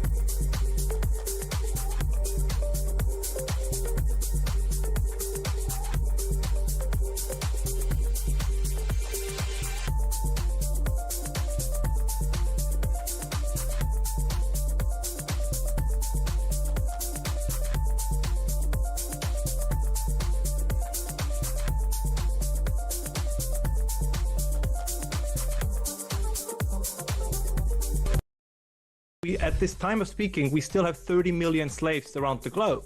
So it's a little bit absurd. We talk about reparations for people whose great-great-grandparents might have been slaves, but we do nothing about slavery that actually exists. And this is the essence of virtue signaling. This is not about actual caring about people who are under horrible conditions or slave-like conditions or actual slaves. This is about, once again, beating one's chest in a kind of cultural historical masochism of saying, oh my God, we the British were the worst throughout history and therefore we have to pay reparations. The British made their contribution to end slavery. They ended it.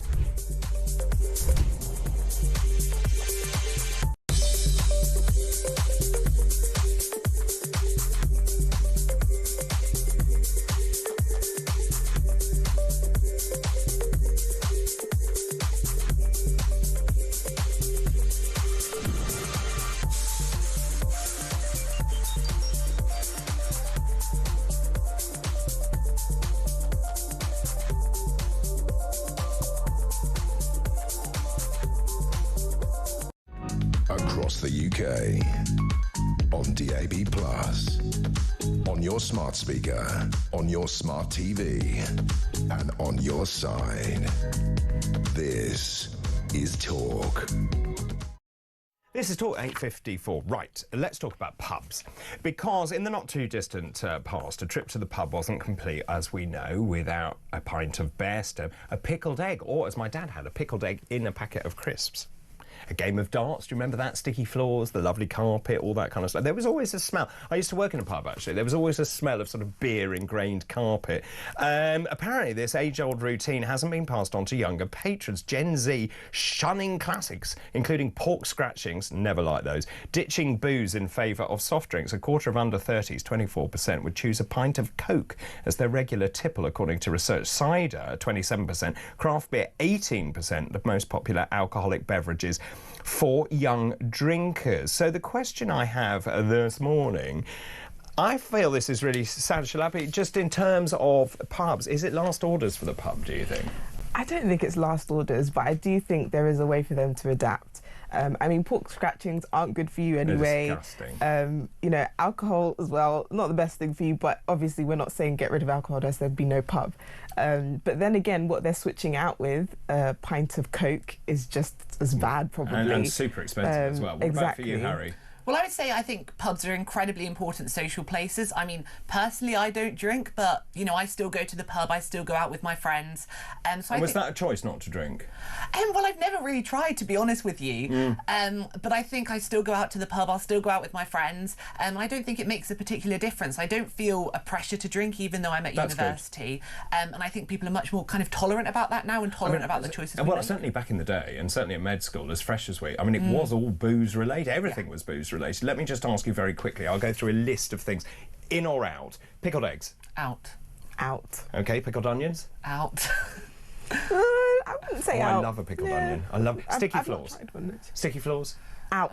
Pattern carpet? No. Out. Pork scratchings? Out. No.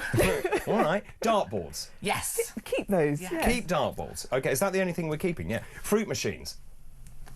Yeah. In a pub, though? Yeah, in a pub. Well, because if you're on your own, you have a pint, you'd play the machine. No, Yeah. obviously we're not condoning gambling. Oh, sorry, yes. You know, one of those one-arm We're not bandits. going to ban them. Yeah. All right, jukebox. Yeah, Sure. gotta keep that. Yeah, okay. Pool table. Definitely. Right, good. Vending machines in the loos. Who wrote this? Out, because that sounds unhygienic. That's really odd. Well, you can pick up a toothbrush. Chicken in a basket. Who doesn't like that with chips? No, not. Right. No, I'd rather have some sort of hummus and on flatbread. Beer mats. Yeah, you're not fine. Yeah, Dave likes beer mat. You like a boozer, don't you? Yeah. Packet of crisps, yes. Yeah. Peanut, ham, egg and chips. Yes. Yeah, okay, good. No. Out. Really? Yeah. Oh, I love that. Scampi fries? I don't eat fish, but yeah. Okay, fine. Live bands in a pub? Yeah, keep that in. Yeah, okay. Ginger ale? Yes. And lager. I Don't know. Okay, good. And finally, lager. Yeah, I guess so. It's Not for me personally, but others can do what they like. Yes. Well, after you two, the pubs are absolutely finished. Thank you very much indeed for coming in. That was today's Future Politics panel with Shalapi Elasti and also Harry Aldridge. That was today's Future Politics panel. The Future Politics panel. Well, there you go. Death of the pub. Keep all of your messages coming in, please. I'm asking this question this morning based on the Sunday Express. Tories call for Reform Pact to save the UK, more likely to save themselves. Let me know your thoughts on that, please. 0344 499 1000. Should there be a deal? If there is a deal, what would that deal look like? I will counter that by saying, well, hang on a minute. What about all those disaffected Labour people coming across to Reform UK? Won't they have their noses put out of joint? Your thoughts on all of that, please. Loads of you getting in touch. Dr. David, a deal for reform would mean the end of reform. I am outraged. Dr. David, excellent show as always. Thank you very much. Just a thought on the Reform and Conservative Alliance. Would they be known as the Recon or Conform Party? That's Tim from St Ives in Cambridgeshire. Keep all of those messages coming in, please. Now, after the break, it's our Sunday surgery. February this month is National Heart Month. Now, in the UK, someone dies from a heart or circulatory condition every 3 minutes. Now, I think there's a lot to be done in terms of education, in changing people's behaviour. I'm going to be joined by Aseem Malhotra, who is an eminent cardiologist. That's all still to come. This is Weekend Breakfast. A very good morning to you.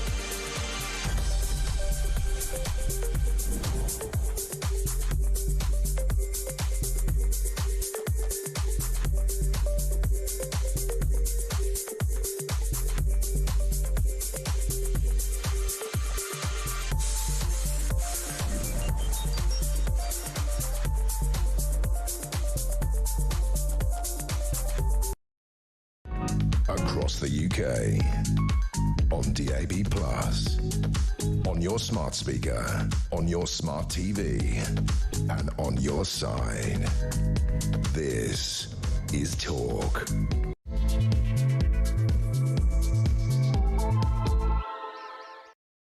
A very good morning to you, just after 9 o'clock now. 9 o'clock on Sunday, February the 9th. I'm David Bull. This is Weekend Breakfast. Terrible weather outside, but great news. It's Read in the Bathtub Day. That's right. A day when you can grab a book and soak until your heart's content in the tub. Day. That's right. You can enjoy the Italian doughy treat. Now, also, don't say I said, but if you wear black and white stripes and head to a particular chain of pizza restaurants called Pizza, you may even get a margarita for free, apparently. Please. Yeah, first come, first served, I understand. Also, today is the UK Pun Championship. Yes, today comedians from across the country compete in the Leicester Comedy Festival. The winner is crowned UK Pun Champion. Money-wise, I'm set for life, provided I die next Tuesday. Very good, very good. The comedian whose jokes we played, by the way, and I just want to credit, is Stuart Francis. So well done, Stuart. Really funny stuff. Let's move on to this hour's fascinating facts. Today's fascinating facts. If you've just joined us, I want to do something that I've already done, actually. World War II, on this day in 1942, soap rationing began in Britain. This is good. 1964, 73 million Americans tuned into a big show. It was the Ed Sullivan Show. In America, they watched these 4 young people. They were in a popular dance group. They were called the Beatles. They were the first time they appeared in America on this day in 1964. This is interesting. 66, the government announced then a £30 million prototype fast nuclear reactor would be built at Dounreay in Scotland. Minister for Technology, Frank Cousins, said the new reactors were the future. And look what they've managed to do with that since then. This is interesting. 1988, the House of Commons voted to allow experimental televising of selected debates. Also, I mentioned this earlier, the Queen's sister, Princess Margaret, aged 71, died in 2002 on this day after suffering a stroke and a heart attack. Her body was laid to rest at Kensington in order for the royal family to pay their respects. And I think you have to be a certain age to know this one. In 2006 on this day was the death of Freddie Laker. Remember him? He was actually a British airline entrepreneur. He was one of the first airline owners to adopt the no-frills airline business model that is now used worldwide with companies like Ryanair and EasyJet. You get one price for your seat, and then you have to add a cushion, and then you have to add a snack, and then you have to add a drink, and then you've got to get off the plane, you've got to pay more. And then, of course, Michael O'Leary famously wanted you to pay to use the loo. But there we are. Those are this morning's fascinating facts. Weekend mornings we're taking flight. With David Full, everything feels right.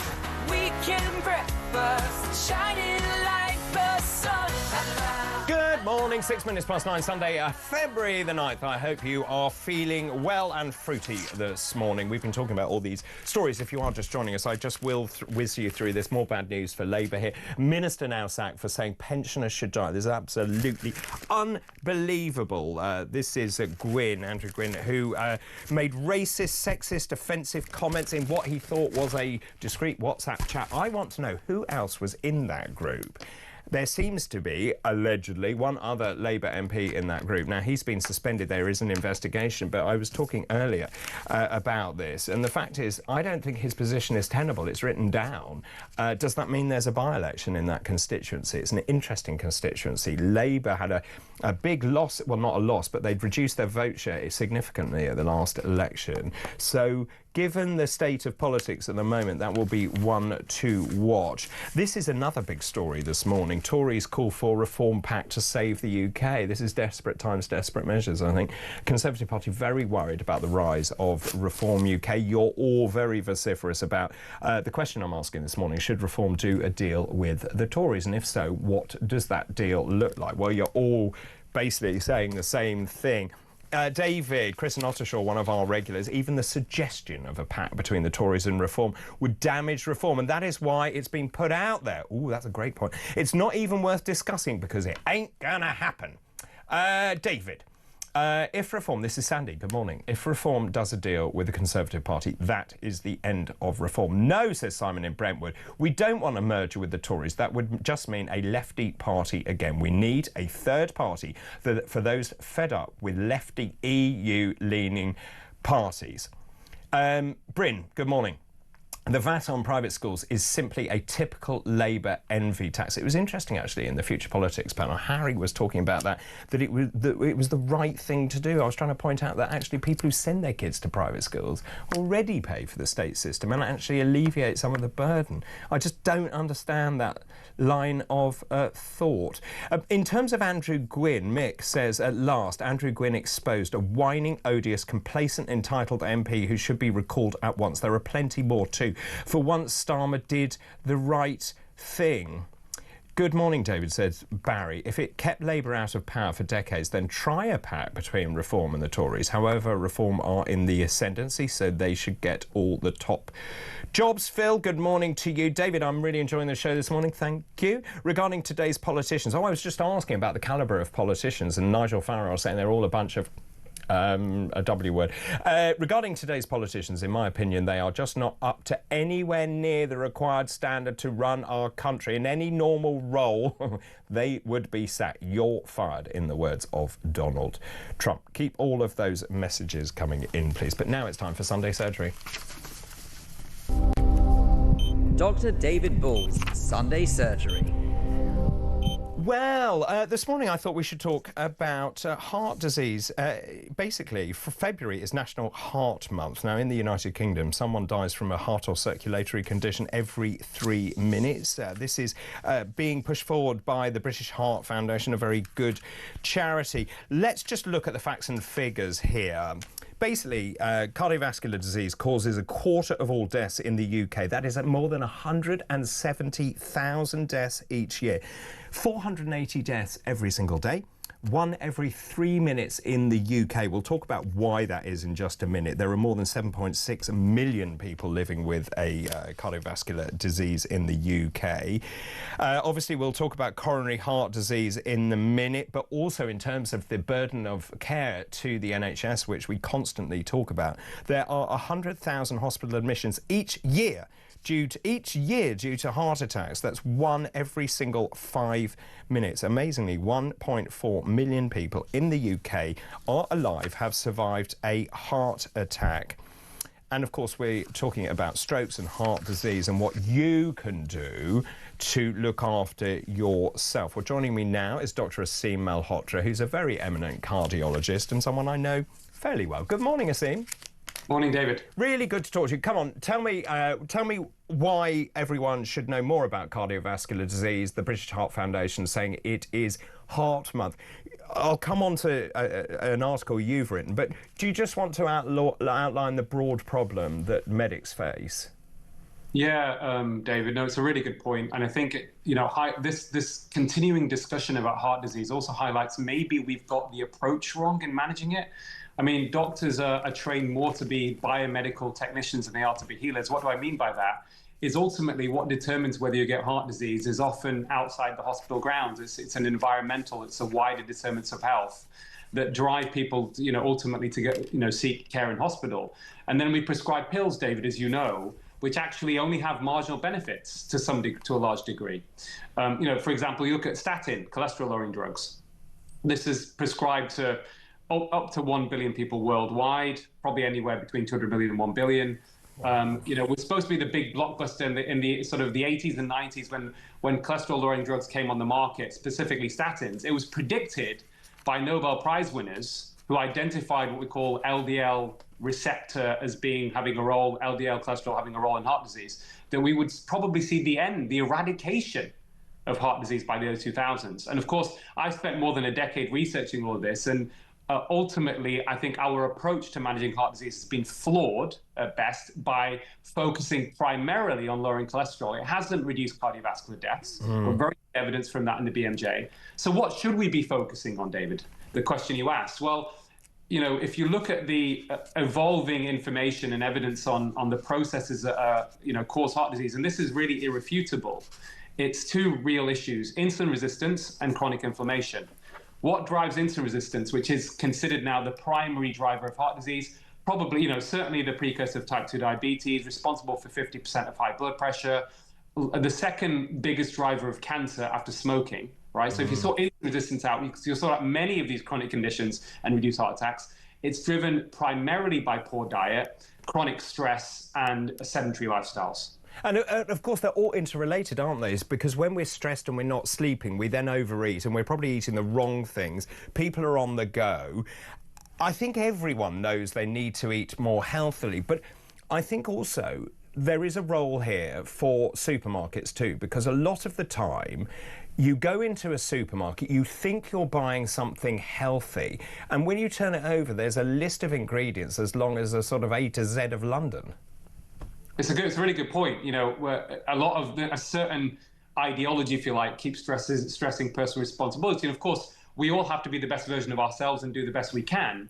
But to exercise personal responsibility, David, you need to have the right knowledge, choice, access, and affordability when it comes to food. So when you look at the actual overall big picture here, David, most of what drives heart disease is actually environmentally and socially determined, which means that we need to come to collective decisions on how do we create healthier environments. And of course, that means government intervention. And let's not forget, you know, I'm sure you'll remember this. I mean, it's quite shocking when you think about this now. In 1970, half of all adults... I'm not that old. Well, half of all adults smoked. Certainly, you know... Well, I was one. I remember even aeroplanes, getting on an aeroplane, there were ashtrays. Oh, yeah, 100%. I remember that in a coach. You're right. And the string nets in the aircraft, and people smoked at the back of the aircraft. Absolutely. So you know, and we've now got a situation where, you know, the sort of environmental problems of tobacco have been overtaken by ultra-processed food. You know, hospitals, David, have become a branding opportunity for the junk food industry. 70% of the food purchased in hospitals is ultra-processed and therefore damaging to health. So there's a big disconnect as well. And partly, as you know, we didn't learn anything really in medical school about the impact of nutrition on chronic disease. So there's a knowledge gap for doctors. There's a lack of real understanding amongst the public, partly because the so-called healthy diet hypothesis on low in cholesterol, low-fat diets has been pushed by industries that benefit from that. You've got $1 trillion industry in cholesterol-lowering drugs. So what we also have to talk about really is what we call the commercial drivers of ill health. These are, you know, strategies and approaches adopted by the private sector to promote products and choices that are detrimental. Now, of course, education plays a massive role, and if we educate people, then we also need policymakers to come in and say, okay, well, we need to introduce laws that are protecting the public, if you like, from these excesses and manipulations of industry, whether it's the drug industry or whether it's big food. Unless we address those head on, David, we won't make any real population progress in curbing heart disease. You have written a really interesting article, actually, in the Daily Mail here, and you started by talking about that point we raised about the number of ingredients and the processing. And actually, on that note, I was appalled when I was in the hospital recently. There was no kitchen in the hospital. They brought in all these processed foods and stuck them on a trolley, and you expect your patients to get better based on that, but that's quite an aside. So in here, you basically have come up with I don't want to say diet, I want to say healthy eating plan. I think people at home are probably desperately trying to shed some pounds still after Christmas. It's miserable, they're eating. Do you just want to it was really interesting to see what you wrote. Tell people your thoughts. Yeah, David. So if we talk about insulin resistance, obviously for lay people that sounds very scientific, but in very basic terms, what we want to all be doing is optimizing our metabolic health. Just perspective here, 93% of Americans have suboptimal metabolic health, 80% of Brits, probably more. So that concentrates on a number of factors which will target... Just explain. Can you explain what that means? Suboptimal metabolic health. So metabolic health really is the balance that we maintain between you know, utilizing fat for energy and its storage. When it's out of balance, you get excess body fat, and then it drives these conditions: type 2 diabetes, high blood pressure, an abnormal cholesterol profile, and increased waist circumference. So those are kind of the 5 measures, if you like, of metabolic health. The good news is, David, and this is something from the literature, but also something I do in my clinical practice on a regular basis, is that you can improve these markers and your quality of life as well, just within a few weeks of pure dietary changes. So what I recommend first and foremost is people eliminate ultra-processed foods, which is 60% of the calories, by the way, in the British diet. Whoa. What does that mean? Very simple terms. If it comes out of a packet, it's industrially produced, and if you can count 5 or more ingredients, usually with additives and preservatives, it's ultra-processed and best avoided. And why is that? There's a lot of data that's come up with this definition that shows that these particular types of foods, usually a combination of unhealthy oils, sugar, refined carbs, for example, lack fiber and nutrients, and they are, you know, they therefore not nourishing and are likely to get you, you know, they're also designed by the food industry, not surprisingly, like big tobacco, to be hyperpalatable and probably for a lot of people addictive. So we have to break that cycle. So I tell people, break that cycle of ultra-processed foods. Also, at least for 4 to 6 weeks, David, I think people can do that and they see the differences. I say completely go cold turkey on low quality carbs. So no added sugar, no bread, no pasta, no rice, no potatoes, just for 6 weeks, okay? And what happens is you kind of reset your palate, you start to feel better, your risk factors improve. I've had patients on my program, you know, we just set up an online program with a leading nutritionist called Metabolic Reset, and people can look that up if they like. But You know, we've had patients that have got their type 2 diabetes they've had for years into remission, David, just within 4 weeks of doing the diet plan. So this is, yeah. It's fascinating. I mean, I was a lot heavier when I was younger, and then I changed my diet, and I was very strict, as you say, for a short period of time. It did reset my body. It reset almost my normal body weight, if that makes sense. So I now oscillate in a different way. What I did was I essentially did that old adage of eating like a king for breakfast, lunch like a prince, dinner like a pauper. Cut out carbohydrates completely after 6 p.m. Well, apart from veg. No, veg is fine. So it's starchy carbs, basically. So low quality carbs, yeah, absolutely. Lots of vegetables. I mean, I follow my own advice, David. Obviously, being in this role, I want to obviously optimize metabolic health. Luckily, all my markers are normal. But I also, I'm someone who's a reformed junk food and sugar addict. So I get it. I understand what people, and of course, people like us, let's be honest, we also have access and resources because of our socioeconomic status. A lot of people don't have that. And that's why we have to make sure, as well as educating people, we want to make sure that healthy food becomes affordable. And it's easy for people to have healthy food as a default choice, not the ultra-processed junk, which is just everywhere, saturated our environment. It's become unavoidable, really. Is there you mentioned legislation. Is there a role for legislation? I think it is so easy sometimes, and if you're particularly busy, you do pick up a food, you think it looks all right, whether it's a lasagna or whatever it is, and I'm now adopting your rule by the number of ingredients. Is there a role for legislation here? Yeah, interestingly, so during the pandemic, one of the things I highlighted and figured out and published on was the link between poor metabolic health and adverse outcomes from COVID. And we know now, if you're obese, you have 9 times more likely to be hospitalized or die from COVID. If you had high blood pressure, 34 times more likely compared to someone who's completely healthy. So that's all been proven to be linked to metabolic health. And Matt Hancock asked me, what should we be doing? He emailed me, and this was reported in the newspaper. And I said, Matt, to be honest, one simple low-hanging fruit would be treat ultra-processed food like the new tobacco. In the same way, America and the UK in many ways led the world in tobacco control. There's a very simple principle, the 3 A's of public health. Target the availability, the affordability, the acceptability of ultra-processed foods like we do with tobacco. So that means banning ultra-processed food advertising, at least certainly getting them out of hospitals. They should be banned from hospitals. Of course, we all like the occasional treat. I'm not saying banning it completely, but we should shift the environment to be healthier. And then, of course, a public health education campaign to educate people what ultra-processed food is and best way to avoid it. And what that will also do, by the way, the single biggest impact on smoking reduction, David, was taxing cigarettes. We should probably raise the price of these foods and use that money to subsidize healthier foods. And I think that would be a win-win politically as well. The traffic light system that we currently have, I mean, I don't think that's fit for purpose. Completely agree with you. A complete waste of time, because it's also based upon old school flawed science, looking at the amount of fat, sugar, whatever else. The thing is, when you go on a low carb, sort of low refined carbohydrate healthy diet, you're going to automatically eat more fat from things, but it should be from, like olive oil, for example. And that would come under red under a traffic light system. So I think it's not working, and it's flawed as well. The science is flawed on the traffic light system. Of course, the Mediterranean diet, notoriously, the Europeans are much better at this kind of stuff than we are. I can't let you go without just talking about this incredible story. Damaged hearts could be mended using small patches of heart muscle grown in the lab.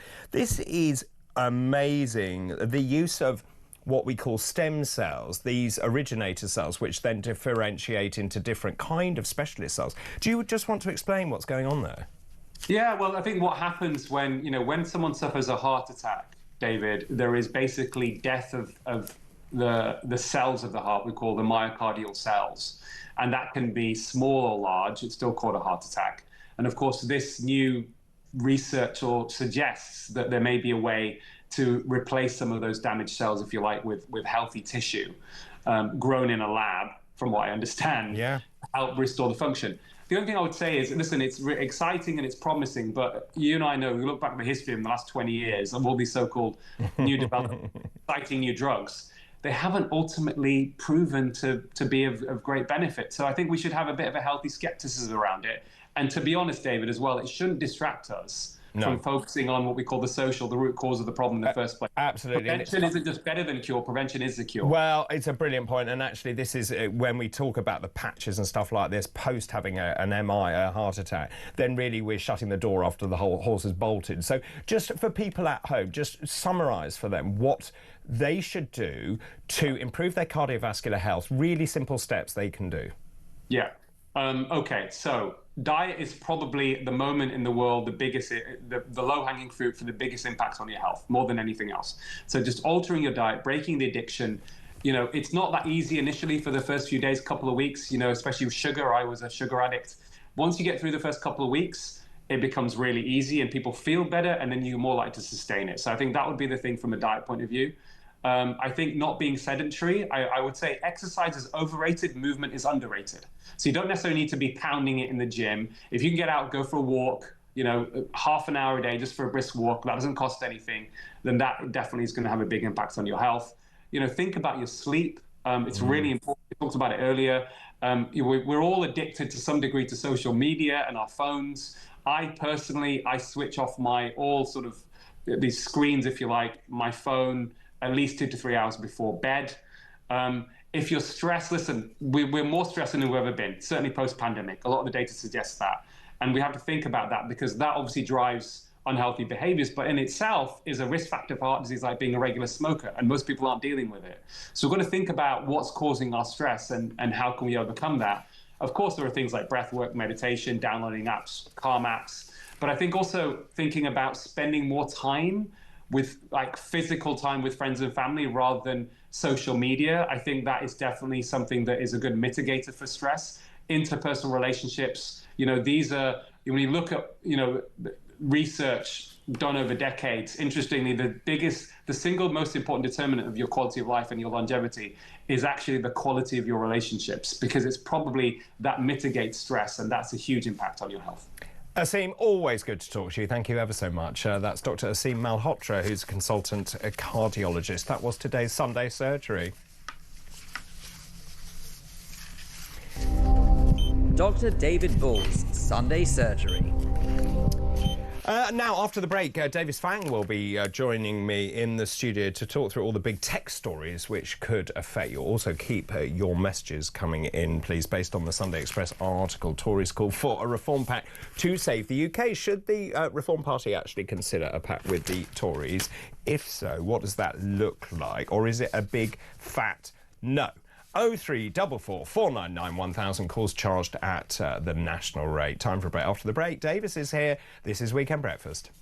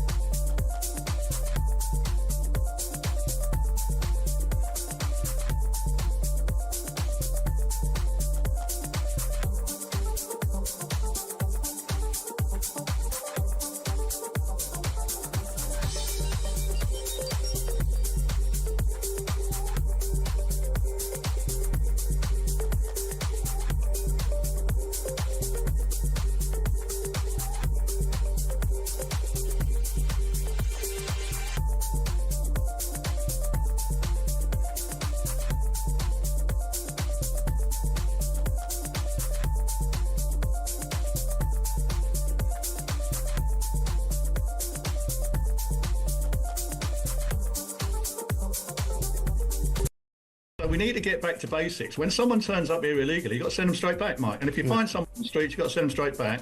You've got to do that really, really quickly and not mess about. And we haven't. We've created this bureaucracy, this machinery, which enables lawyers to get migrants into a bureaucratic process, and delay for them is victory. The longer they can delay the case, the more likely it is that person's going to get to stay in the end, no matter what they've done. Exactly right.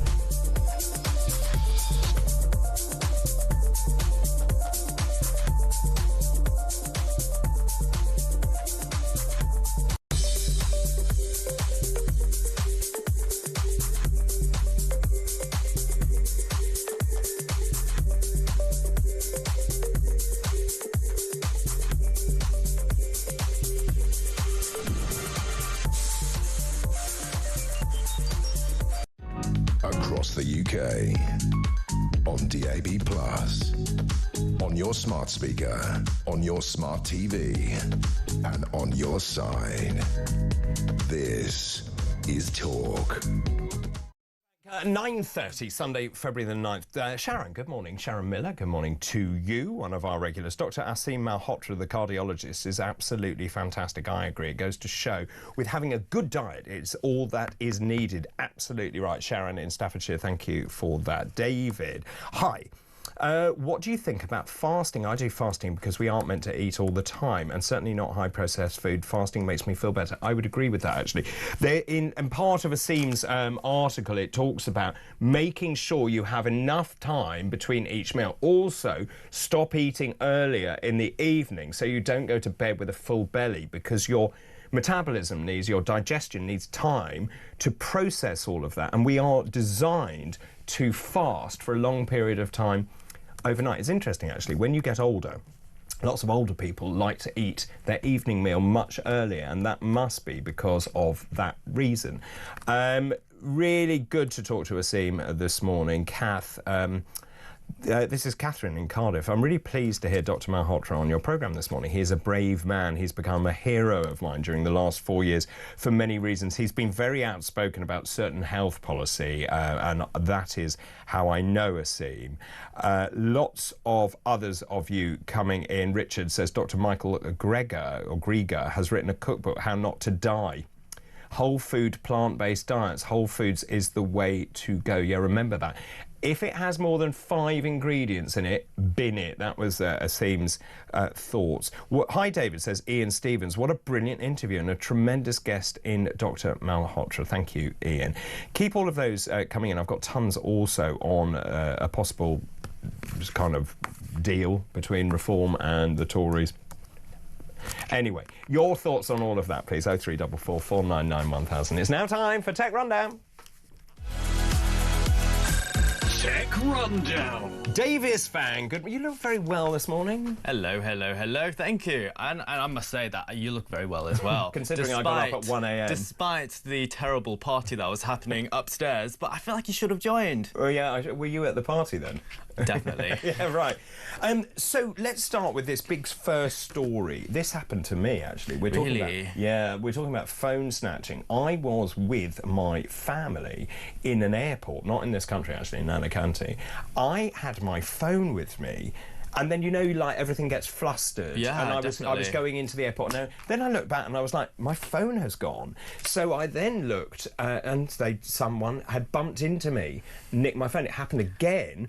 I was out, group of lads, very drunk, pretending to be drunk, knocked into me, knocked me over, picked me up and said, "Oh, you're right, mate, la la la la la," and they nicked my phone. That's very interesting, because the same thing happened to me in Barcelona. I was just, you know, new city, I'm navigating around, no idea where I was going, using my navigation, and then all of a sudden, someone snatched my phone from me, and I spent the next day, the entire day, at the police office, where they had a siesta.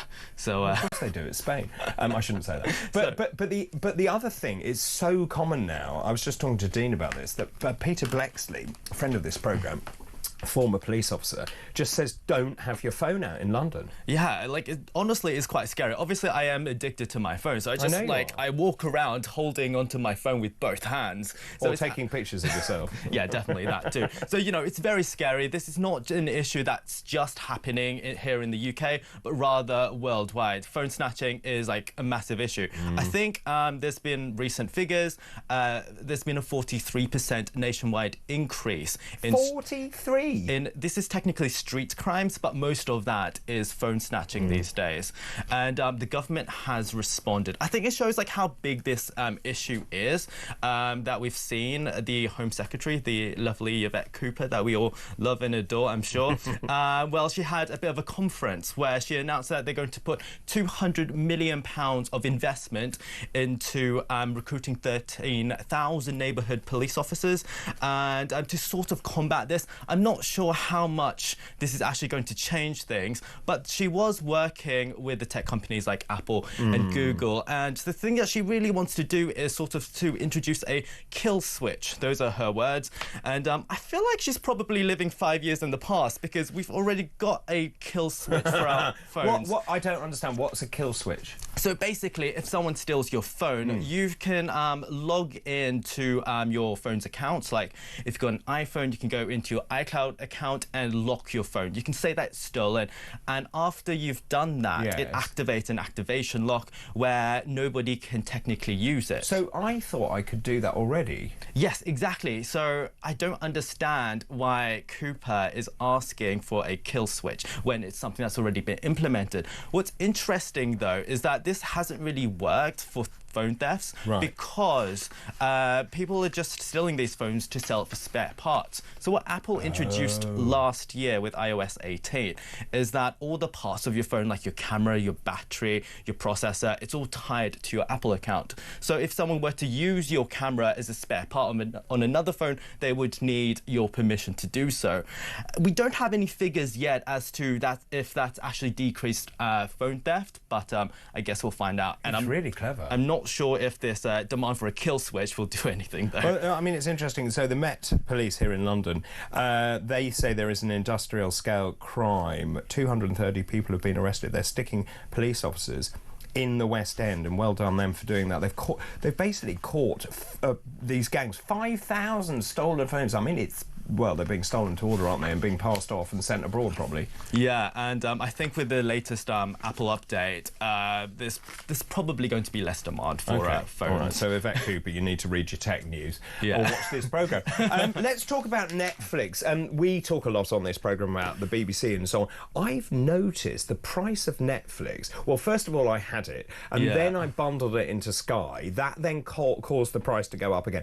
It's going up again, isn't it? It is absolutely insane, and it's not actually affecting Netflix's subscription numbers. Actually, they're going up. So just, you know, to backtrack, Netflix recently announced that they're going to increase their prices worldwide, and they've started off with the UK. So if you've got a standard plan... That's nice. Yeah, I know, right? First for everything. If you've got a standard plan, it's increased by £2, so that's $12.99. And if you want to take advantage... That's a 20% increase. Yeah, the thing is, a standard plan only gives you high definition. Everybody has a 4K TV these days. And do they? I think most people do. The 4K TVs have been around since 2012, 2013, so we've had 10 years to catch up. I'm sure your TV's 4K, David. I just watch it. But like, if you want to take advantage of 4K, you now need to pay £18 a month to see your favourite programmes in 4K. And I feel like that is a massive expense. Like, especially if we're asked to subscribe to all of these different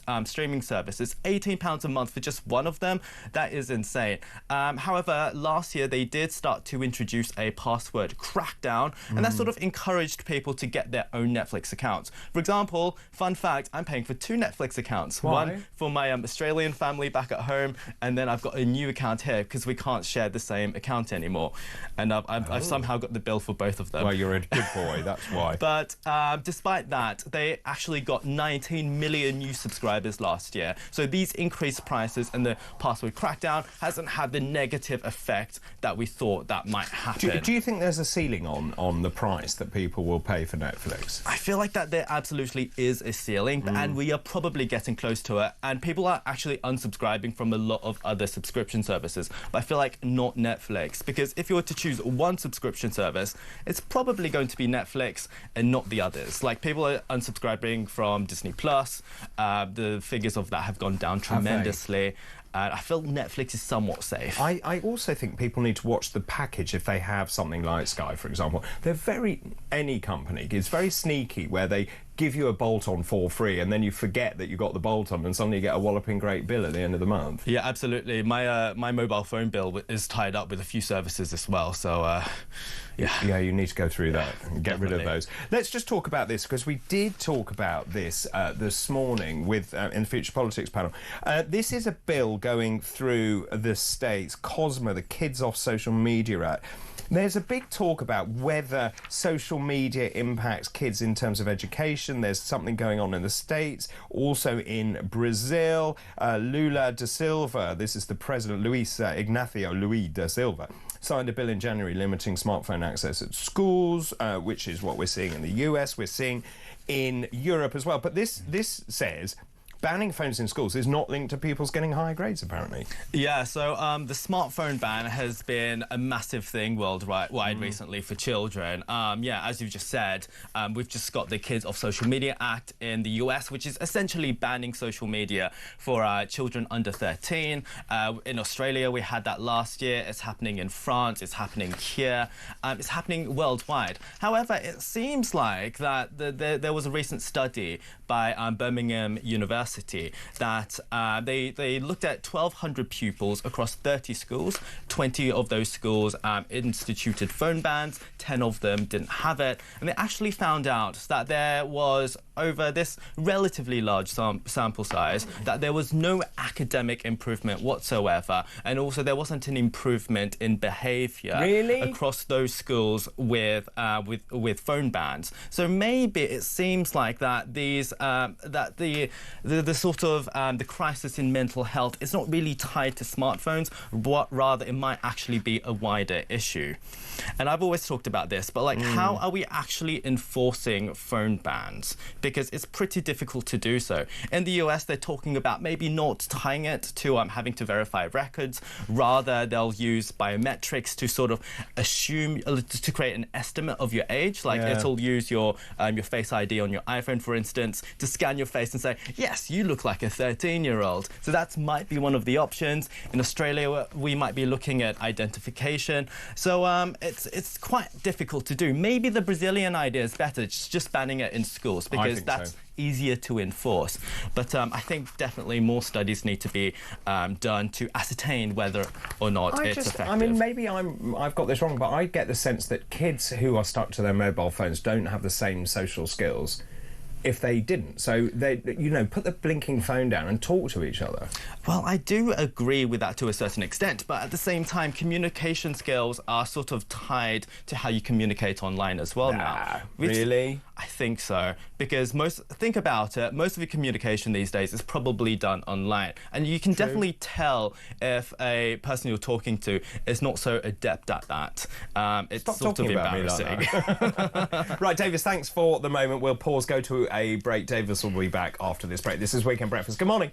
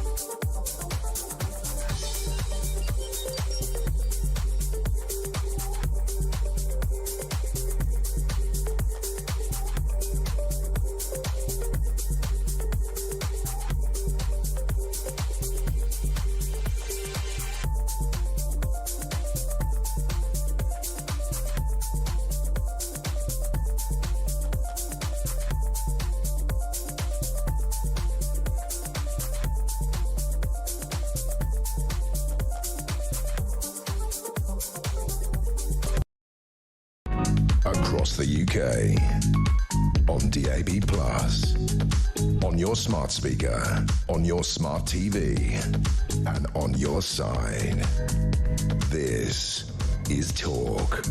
44, Davis Fang is with me. We were just discussing puddings, weren't we? What is a pudding? So I just discovered that here in the UK, pudding just refers to desserts in general, rather than a specific type of dessert. So what did you think a pudding was? Sort of like a, you know, a soggy sort of like sweet dish thing. A soggy sweet dish. Well, some of them are, I suppose. Anyway, back to the tech. This is an interesting... this is very interesting story. Apple. So we've been talking about this, obviously, and this is in the news this morning about this minister who has been sacked for saying the pensioner should die. He was in WhatsApp, end-to-end encrypted, right?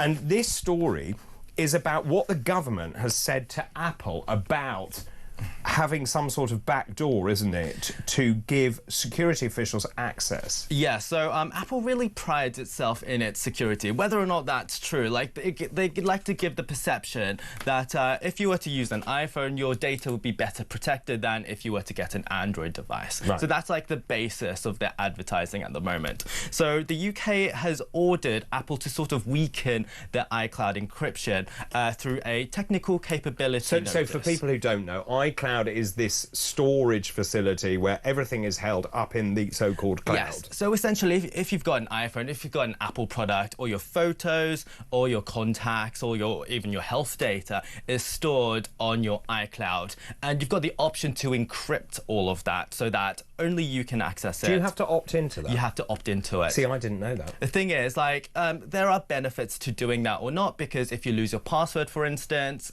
and you can't, you know, you can't log in, Apple doesn't really have the ability to log in for you to get back your photos. What? So if you're a person who likes to forget their password, maybe don't encrypt your data. Okay, but that's beside the point right now, because the UK government currently wants a backdoor to sort of the encrypted data, and Apple is not too happy with that. So the government says we need to fight crime. This is what they're saying, isn't it? We need a backdoor access. We can then access the cloud. We can see naughty people and what they've been getting up to and the messages that have been communicated. Why doesn't Apple like that? The thing is, if Apple were to implement a backdoor for just people in the UK, they sort of have to give access to this worldwide. It doesn't just apply to UK citizens. It's a little bit like the EU demanding that, you know, everyone should change to the USB-C cable, because you're not going to just change it for the EU. It's sort of a worldwide thing.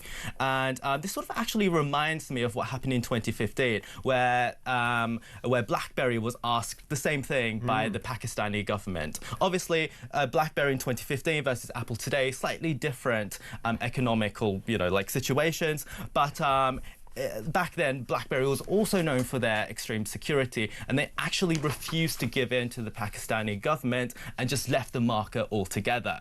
I don't think that Apple will probably leave the UK market, because it is such a major market, but I guess we'll see what happens, but they're clearly not happy. This is interesting, though. The UK government has ordered Apple to create the back door. This is what's been called the Snoopers Charter, which came in 2016. My concern about this, and whilst I understand that there are real issues with this, I'm nervous that you then have a state that can spy on you illegitimately. Yeah, I definitely am concerned about that as well. There's the sort of similar thing in China, where the Chinese government is, you know, they have to sort of like be able to access all of their citizens' data. That's why Apple has their own service specifically for China. Is that right? If Apple wants to do that for the UK, I don't think the market's big enough, but it is an option. OK, very quickly, let's talk about this very serious. The parents of 4 British teenagers have sued TikTok over the deaths of their children.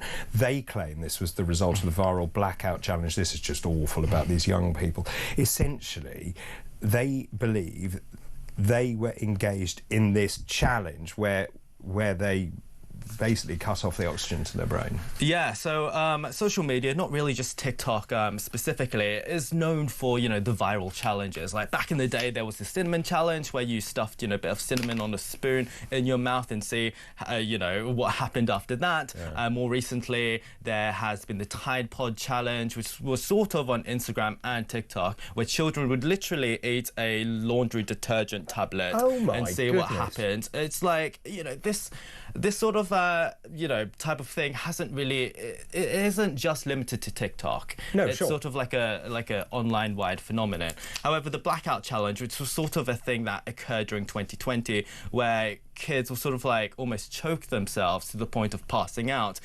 for likes and subscribers. It actually did result in quite a few deaths, not just here in the UK, but also in the US.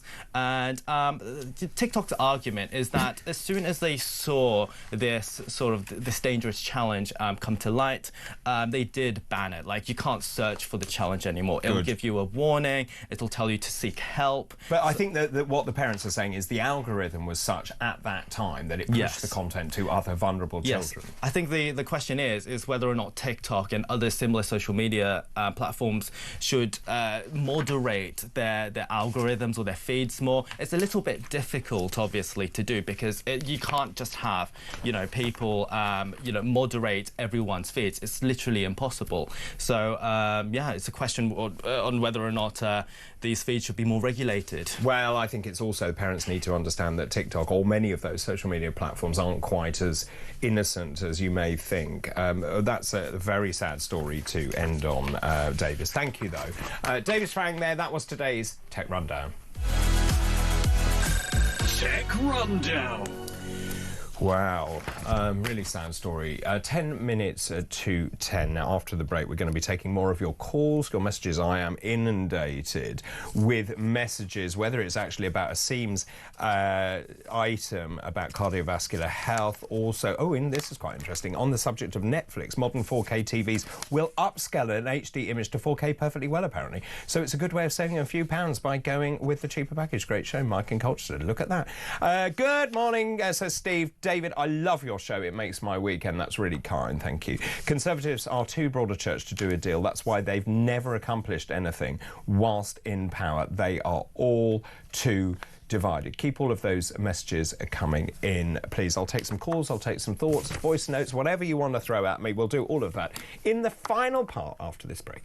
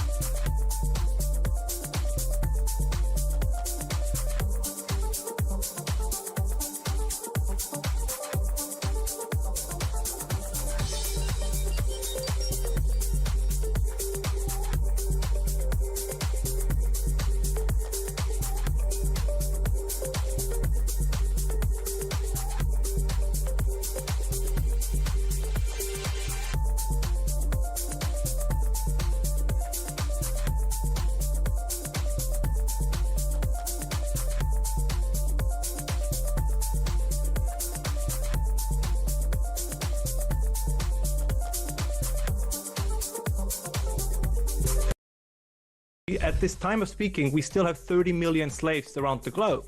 So it's a little bit absurd. We talk about reparations for people whose great-great-grandparents might have been slaves, but we do nothing about slavery that actually exists. And this is the essence of virtue signaling. This is not about actual caring about people who are under horrible conditions or slave-like conditions or actual slaves.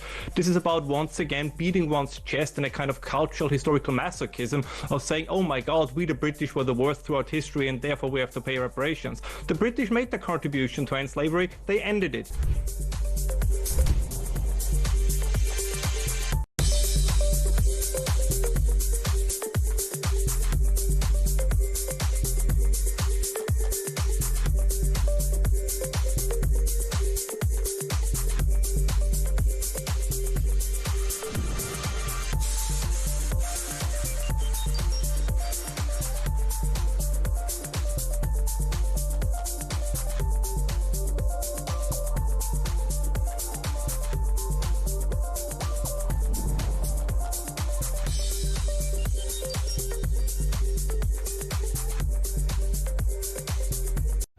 Across the UK, on DAB+, on your smart speaker, on your smart TV, and on your side.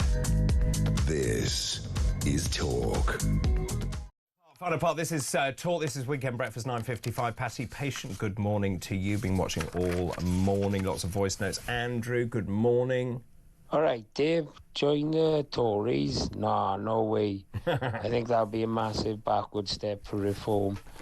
The reason people are voting reform is because we want out of this two-party corruption. It would be like Trump joining sides with the Clintons. Wow. Emma has left a voice note as well. Thanks, Andrew. Emma's left a voice note because I then was starting to talking about Labour's catastrophic 7 months in government, and then it got me talking with my guest, Amy, about actually name one thing Labour has done right in 7 months. This is Emma. Good morning. Morning, David. Nothing positive. It's all doom and gloom and misery for all. And it ain't getting much better. Glyn, you're up next. Glyn. Hello, David. I know one positive thing Labour's done. Give us a really good laugh. 5, 4, 3, 2, 1. Free the sausages. Oh, gosh, yes, absolutely. Free the sausages. Glyn, thank you. Graham joins us from Doncaster. Good morning, Graham. Good morning, David. Morning. Go on. What a beautiful morning. What a beautiful... Labour yet again, digging a little bit more out of that hole. How nice. It's lovely, isn't it? What? They're ruining themselves out, to bless them. Absolutely love it. Yeah. When you've got an MP, Health Secretary saying, let's pray that our own people die before the next election. Come on. Love it. Absolutely love it. Yeah. They're just digging the biggest. Listen, and regarding us getting together with Conservatives, no. Well, not a chance. Not a chance. If we do, if Nigel does, he's making a big mistake. Big mistake. Graham, we don't need them. I got the message loud and clear. Andy is, thanks for that. Andy is in Berkshire. Good morning. Good morning, David. Just really wanted to say that there's no way on earth Reform can do a deal with the Conservatives, and the only way the Conservatives can do a deal is part of the uniparty blob and do a deal with Labour. Oh, fascinating. Andy, thanks very much. Peter Cardwell in the studio. I mean, it is... I don't know. I think this is pretty desperate. When you read this and you read the Mail, they are... the same story, but actually written differently. And I read the Mail first, and it looks like Nigel Farage is approaching the Tories. But actually, when you read this is not what the case is. The Tories are spooked. They are spooked. They are spooked about this. Is that what you're hearing on the ground? Yes, and we're going to talk to a Shadow Cabinet Minister, Alex Burghardt, in about 15 minutes or so. Somehow I'm going to get through 5 guests in the first hour. I'm not entirely sure. But Alex Burghardt, Shadow Cabinet Minister, Northern Ireland, Duchy of Lancaster, etc. He is going to be here. We're also asking the question, should British politicians be a bit more like Donald Trump, actually? Should they just be a bit more straightforward and say what they want and be clear? What, like Nigel, who said all politicians are a swear word? Well, that was pretty direct. Well, We'll talk to Paul Richards, former Labour Special Advisor as well. There's lots to talk about in American politics, in UK politics. Andrew Gwynn as well, I'm sure you've been talking about this morning on the WhatsApp. I just don't see where he goes with that. It's in writing. I think he's going to have to resign. So does that mean a by-election? Yes, I think it probably does. So, you know, well, it's very interesting when you look at the last poll. Of course, Reform came second. I mean, significantly behind. But obviously the shifting political sands is enormous. Yeah, we're also going to Israel to talk about the hostages there. I think we know who has been starved in Gaza, and it's not the Gazan